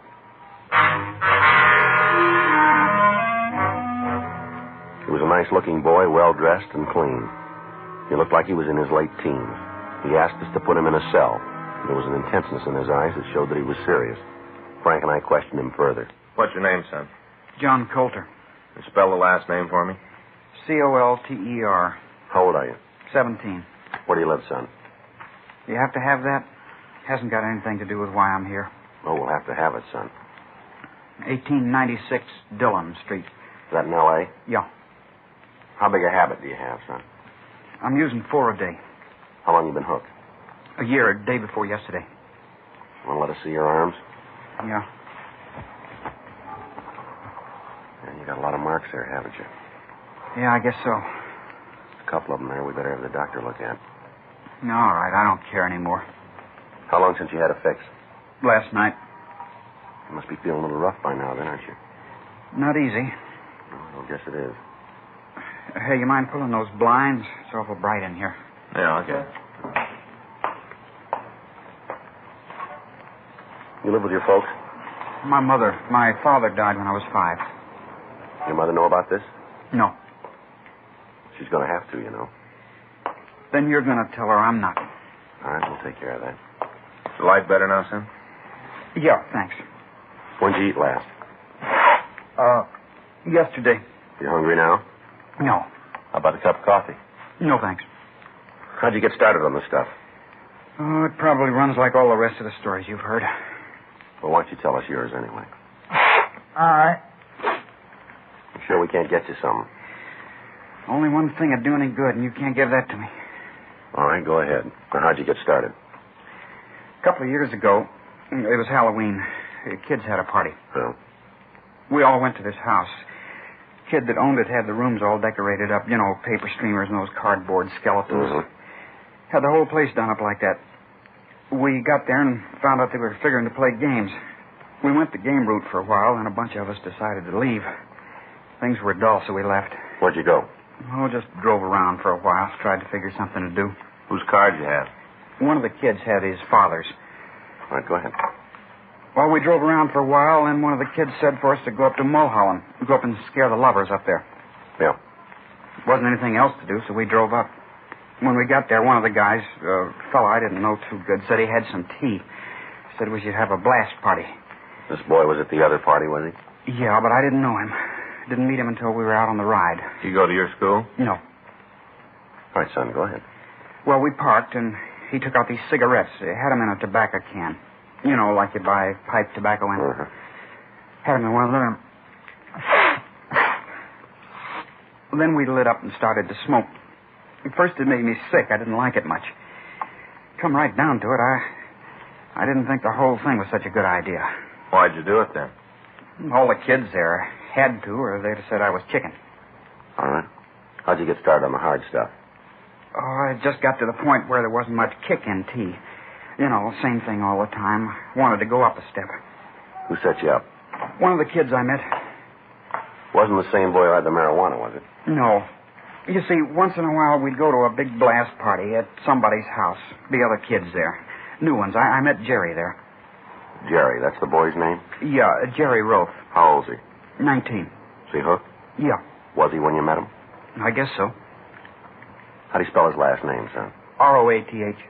How'd he turn you on? We were talking about tea. How the kick wore off. And he said there was something else. Something that had a real jolt. Yeah. Boy, it's rough. I'm starting to get cramps. You better have that cup of coffee now. I'll get it, Joe. All right.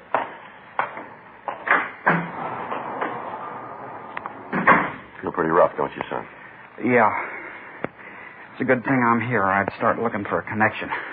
Did you take your first shot of heroin the night you met this Roth kid? Yeah. We went outside to his car. He had a fit there, and he cooked up a fix. He took one, then I tried it. What happened? Never got so sick in my life. Thought I was going to die. Figure what's happened since then might have been a good thing. How you been supporting your habit? Only a couple of ways. You steal or you start pushing yourself. Which way do you go? Both. What'd you steal? Anything I could sell. Never took anything from anybody else, though, all from my own house. Most of the stuff was given to me. Rings, my watch, whatever I could raise a buck on. What'd you get rid of it? Around the school. Couldn't go near a pawn shop, but the kids didn't care as long as they got a bargain. Sold my old man's watch for $3. 17 jewels, solid gold, $3. What were you pushing? T, H, anything. I'd buy the H and then cut it myself. You don't have to do that many times until you got a couple of extra caps. That took care of me for a while. Yeah. Pretty soon there was never enough. Got so as I was always looking forward to the next fix. When'd you start mainlining it? I chippied with the stuff for a couple of months. Skin pops. Then that wasn't enough. Started in the arm. When'd you find out that you were hooked, son? Do you remember? About a year. Took a while, huh? I figured it would never happen. Thought I could beat it. Turn it off when I wanted to. Didn't work out that way. Didn't you know you had it bad when the charge went up? Not really. I still thought I could quit when I wanted to. Just never seemed to get that far. Kept putting it off. Guess if I figured I could start the next day, it didn't matter much. Time I decided to quit, I couldn't. Here's your coffee, John. Brought one for you, too, Joe. Thanks. Hot. Try to get it down. It'll make you feel a little better. Yeah.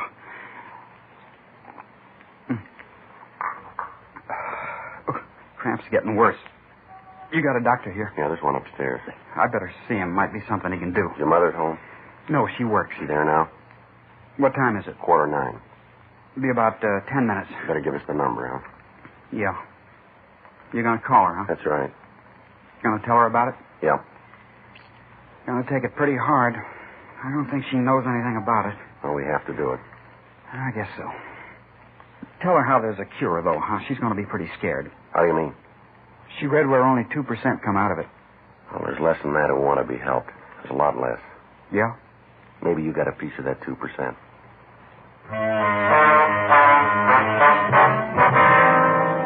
8:57 a.m. The boy was taken up to see the doctor on duty at the receiving hospital. At a couple of minutes after 9, we put in a call to the firm where his mother was employed. We talked to the personnel manager, and he said he'd have Mrs. Coulter call us. A few minutes later, the phone rang, and we talked to the woman. We told her briefly what had happened and asked her to come right over to the office. At 9:25 a.m., the door to the squad room opened, and a tired-looking woman who looked to be in her late 40s or early 50s entered. She identified herself as Nora Coulter and asked us what had happened to her son. He's upstairs right now, Miss Coulter. The doctor's looking at him. He told me he's been using narcotics. That's right. Is that what he says? Well, he's admitted it to us. Is he all right? Well, we think so. He's got an infection on his arm caused by a bad needle. But it's going to be all right. That's right. You have a cigarette, Sergeant? Yeah. There you are. Thanks. Help yourself. Here's the light. I guess I should have known it'd be something like this. Beg your pardon? I should have known. Had to show up someplace. I don't think I understand, Miss Coulter. There's a trouble spot in them all, Sergeant, all of them. This is Johnny's. Hope you don't think I'm saying this personal to you. It's just what I've seen in the years I've gone around. Trouble spot in all men. Did you know your son was using heroin? No, I didn't have any idea. Well, according to what he told us, he's been hooked for over a year. You must have noticed something, didn't you? When you use the word hooked, I'm afraid I don't understand that kind of Oh, talk. I'm sorry. I mean, he's been an addict for that long. Sergeant, I've been working for a long time. Ever since Johnny's father died. I worked before then. When I get home after standing on my feet all day, I got a few more important things to do than wonder what he's doing. All I can do is just drag myself down to the factory every morning. Yes, ma'am. Always something, bills to go over, decide who's going to have to wait this month, clothes to wash and iron. Time I just get the things done that have to be taken care of. That's all I can do to climb into bed before I pass out. All right, Miss Coulter, we understand. I wonder if you do. How's that? I said I wonder if you do understand. Have you ever raised a boy by yourself? No, ma'am. I have. Believe me, it isn't easy. Since 11 years ago, I've been a mother and a father both to Johnny. I always knew there'd be something that'd blow up. I knew it because he's just like his father, exactly like him. I'm 35 years old. 35, and for the past 17 years, I haven't had a minute of happiness. Yes, ma'am. Anything we can get for you, Mrs. Coulter? No. Only thing I want is a little happiness. It seems like there just isn't going to be any of that while I'm on this earth. I'm sick, Sergeant. I'm old and I'm sick, and I can't go through any more of this. Your boy's pretty sick, too. Yes. I know all about that, too. I read how none of them cures work. Well, they say 2%. There's something else I got to carry. Might be a little different with John. I don't see why. No reason for him to be something special. No reason for him to be cured. Yes, there is. He wants it, Miss Coulter. What's going to happen to him? We'll file a petition on him. After that? Well, we'll have to make an appearance in juvenile court. They'll decide what treatment's going to be best for him. Can I see him? Yes, ma'am. We can take care of that. Now? Frank, you want to see if the doctor's through with them? Yeah. You have another cigarette, Sergeant. Yes, here you are. Here's a match. Thanks, Sergeant. It's all right.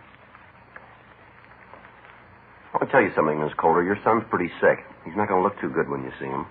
You been hurt? Not so it shows, but he's going through a great deal of pain. There's going to be a lot more. For both of us, Sergeant. Well, I guess you're right at that. Might be better if you remember that he's just a youngster. He's only 17. I won't forget. He's mine. All right. He's made a mistake, but he knows it, and he's taken it on himself to try and do something about it. Tell you something, Sergeant. All right. I've had a lot of trouble with Johnny. When he was little, he was always running away from home. Time he got to school, he played hooky a couple of times a week. High school, it was the same thing, but that's not the worst of it. Ma'am? He's been stealing. From his own mother, he's been stealing. Yes, ma'am. He told us. He admitted it? Yes, he did. Well, there you are. Not bad enough he's a dope fiend. He's a thief, too. I wasn't sure about the stealing. I just thought so. A few things have been missing around the house, and I'd asked Johnny about him. He'd offered some half-baked story, and now I know. He's a thief. I haven't got enough. Try to take it easy with the boy. Take it easy. That's a laugh. All I've done for him, nice home. Not real big or fancy, but it's clean. We've got a kind of closet, sort of, nice and big with a window. Got that all fixed up for Johnny, airplane pictures on the walls. The best I could do. We eat good. Never gone hungry. Lord knows I have, but he hasn't. No reason for him to do a thing like this. No reason at all. Yes, ma'am. Hello, Mother. I know all about it, Johnny. These men told me. All the time I've been telling you it'd end up like this. You in trouble with the police. You just wouldn't listen. You thought you knew better than me. Well, you found out how much you know. Yeah. I'm sorry about it. It's a little late for that. How am I going to go home with all the neighbors knowing about what's happened? I'm sorry. Well, if that lot of good that's going to do. I had you home right now. I'd show you, and don't think you're too big for me to do it. You want to take me upstairs, Mr. Smith? Yeah. Just a minute. I got some more things to say to you. Don't you go walking out on me like that. I don't feel so good. I'd like to be by myself. I'll talk to you later. You talk to me now. I got a lot of things I want to tell you, all the trouble you've caused. I'm sorry.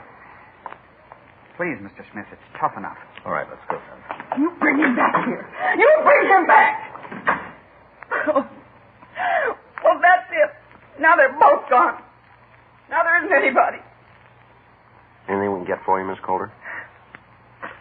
Yeah. Get me a reason why this had to happen. Give me one. Do you know one? Well, I can't be sure. What do you mean by that? Just like you said before. What? He's your son. We made arrangements for Mrs. Calder to be taken to her home. That night, John Calder was kept at Georgia Street Jail. The next morning, we filed a petition on him. We had one of the doctors at the county hospital talk to Mrs. Calder, and he finally convinced her that her son would get proper treatment at one of the state hospitals, and she signed the necessary papers. For the next 3 days, the boy had it pretty rough. If the novice drug user had the opportunity to witness a patient going through withdrawal pains, the majority of drug traffic would be brought to a halt. Because of the sincerity of the Calder boy, Frank and I spent as much time as we could spare with him while he was going through the symptoms. He complained of violent headaches and stomach cramps, the usual things. He was unable to keep any food down. His eyes watered constantly, and for 72 hours he was in a state of constant violent pain. On the 4th day, he began to recover. He was able to take some warm beef broth and apparently was on his way to being physically well. On Saturday, February 15th, we talked to him at the hospital. Rough go. Yeah. You got the worst of it behind you now. Best thing I've heard for a week. Don't think I could go through any more of it. Well, you got it made now, John. From here on in, you'll get all the help we can give you. Well, you guys have done a lot already. A couple of times there, I think I would have gone off my rocker if I hadn't been able to talk to you. Well, that's what we're here for. Hey, either one of you got any gum?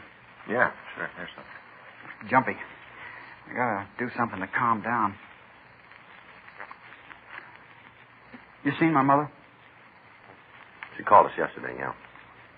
How's she getting along? A lot better. One of the doctors here at the hospital talked to her. Says she wants to see you. What's that going to prove?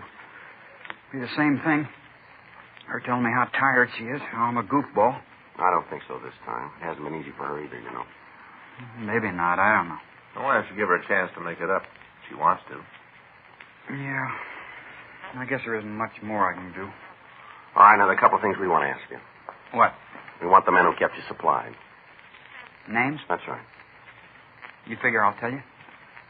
Don't you figure you will? Wrong base. I'm a bum in a lot of ways, but I ain't going to get anybody else in trouble. You told us about this Jerry Rope, didn't you? Yeah. We got a warrant out on him now. Only be a matter of time before we pick him up. Then let him tell you. Do you think you got it a little wrong here? Yeah? What'd these people do for you? They're friends. Check the books. Go over what they've done for you against what you've done for them. What do you mean? You're a big boy. Figure it out for yourself. You know, they tell us there's an estimated 25,000 narcotic users right here in Los Angeles, and a big part of them are kids. Reed's good. Figures always help. I know you remember something else, youngster. You came to us and you asked for help, didn't you? You walked into the office, you said you were in trouble. We're not trying to steal a plea or sound like big men, but when you said you wanted help, we didn't ask you if you could afford it. We didn't care. Now, if these people are such good friends, why didn't you go to them? I'll tell you why you didn't. Because you were scared. You knew what had happened if you walked up to them with empty pockets. You knew they'd spit right in your face. They're your buddy as long as you can pay for it. As soon as you're broke, they never met you, did they? Loyalty's fine. It's a good thing. People could use a lot more of it. But turn it around, son. You've stolen things from your own family to support this habit. Now, how loyal have your friends been when you haven't had the price of a cap? How quick did they come through for you then?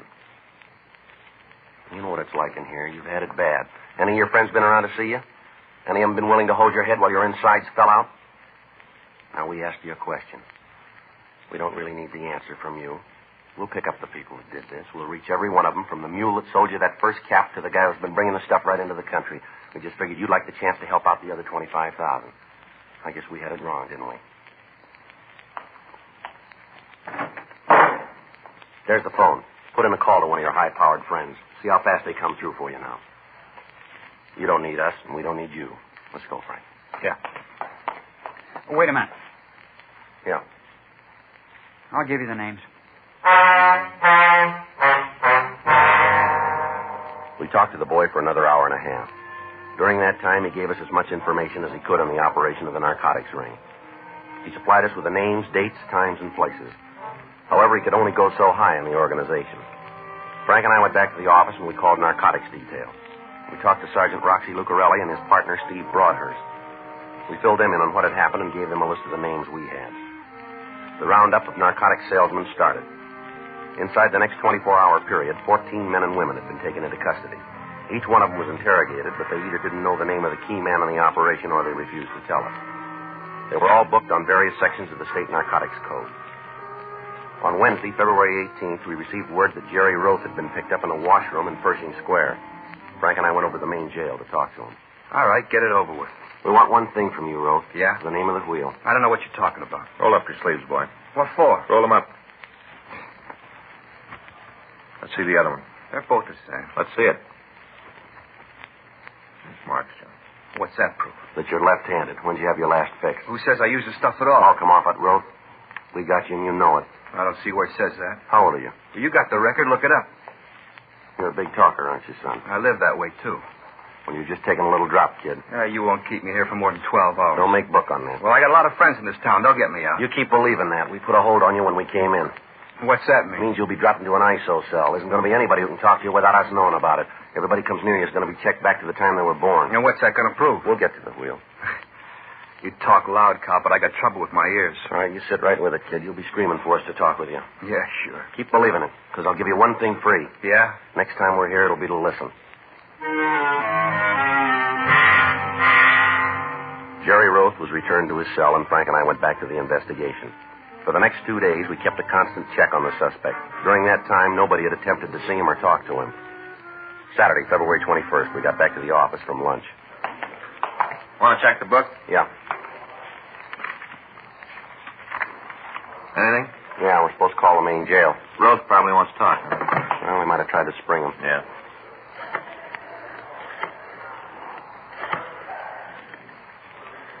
This Friday, juvenile. When? We'll be right over. Roth? Yeah. Want to talk? Well, maybe we can ask him. Huh? They just cut him down. He tried to hang himself. Frank and I left the office and drove over to the jail. The boy had torn his trousers into strips and braided them into a rope. He'd attempted to take his own life. He'd been found on a routine check and had been cut down. The action had been discovered almost immediately, and by the time we got there, he was almost fully recovered. We talked to him in the interrogation room. Kind of lousy way out, isn't it, kid? That looked good at the time. How's it seem to you now? I made a mistake. How do you feel? Pretty lousy. You want to give us the name? What kind of protection do I get? How do you mean? Well, if I tell you, I gotta know he ain't gonna get me. Well, we'll try to build some kind of a wall for you. You won't know it's me? No, not from us. All right. His name is Pollard Zern. You want to spell that? Yeah, Z-E-R-N-E. He the top man? Yeah, I built the whole thing. Did he bring this stuff into the country? Yeah, Sergeant, he's got a boat. He tells people he's going fishing for albacore. Was he bringing it in from Mexico? Yeah, I've been with him a couple of times. He lands the boat at a beach down there, makes the contact, and then comes home. Hides the stuff in fish. Got the idea from an old movie. That way, if they lift the boat over, chances are they won't find it. Nice setup, huh? Yeah, it sure worked good for him. Yeah. He made a mint, got a big house, drives a new car, got everything he wants. Just sits back and pulls a handle. Jackpot every time. No, not this time. Huh? He just turned a lemon.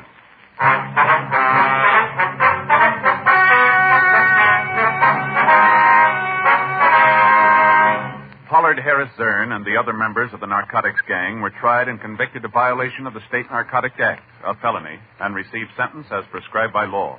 A petition was filed on John Keith Coulter, and he was made a ward of the juvenile court. After treatment, he was pronounced cured and returned to the custody of his mother. You have just heard Dragnet, the authentic story of your police force in action, and starring Jack Webb, a presentation of the United States Armed Forces Radio Service.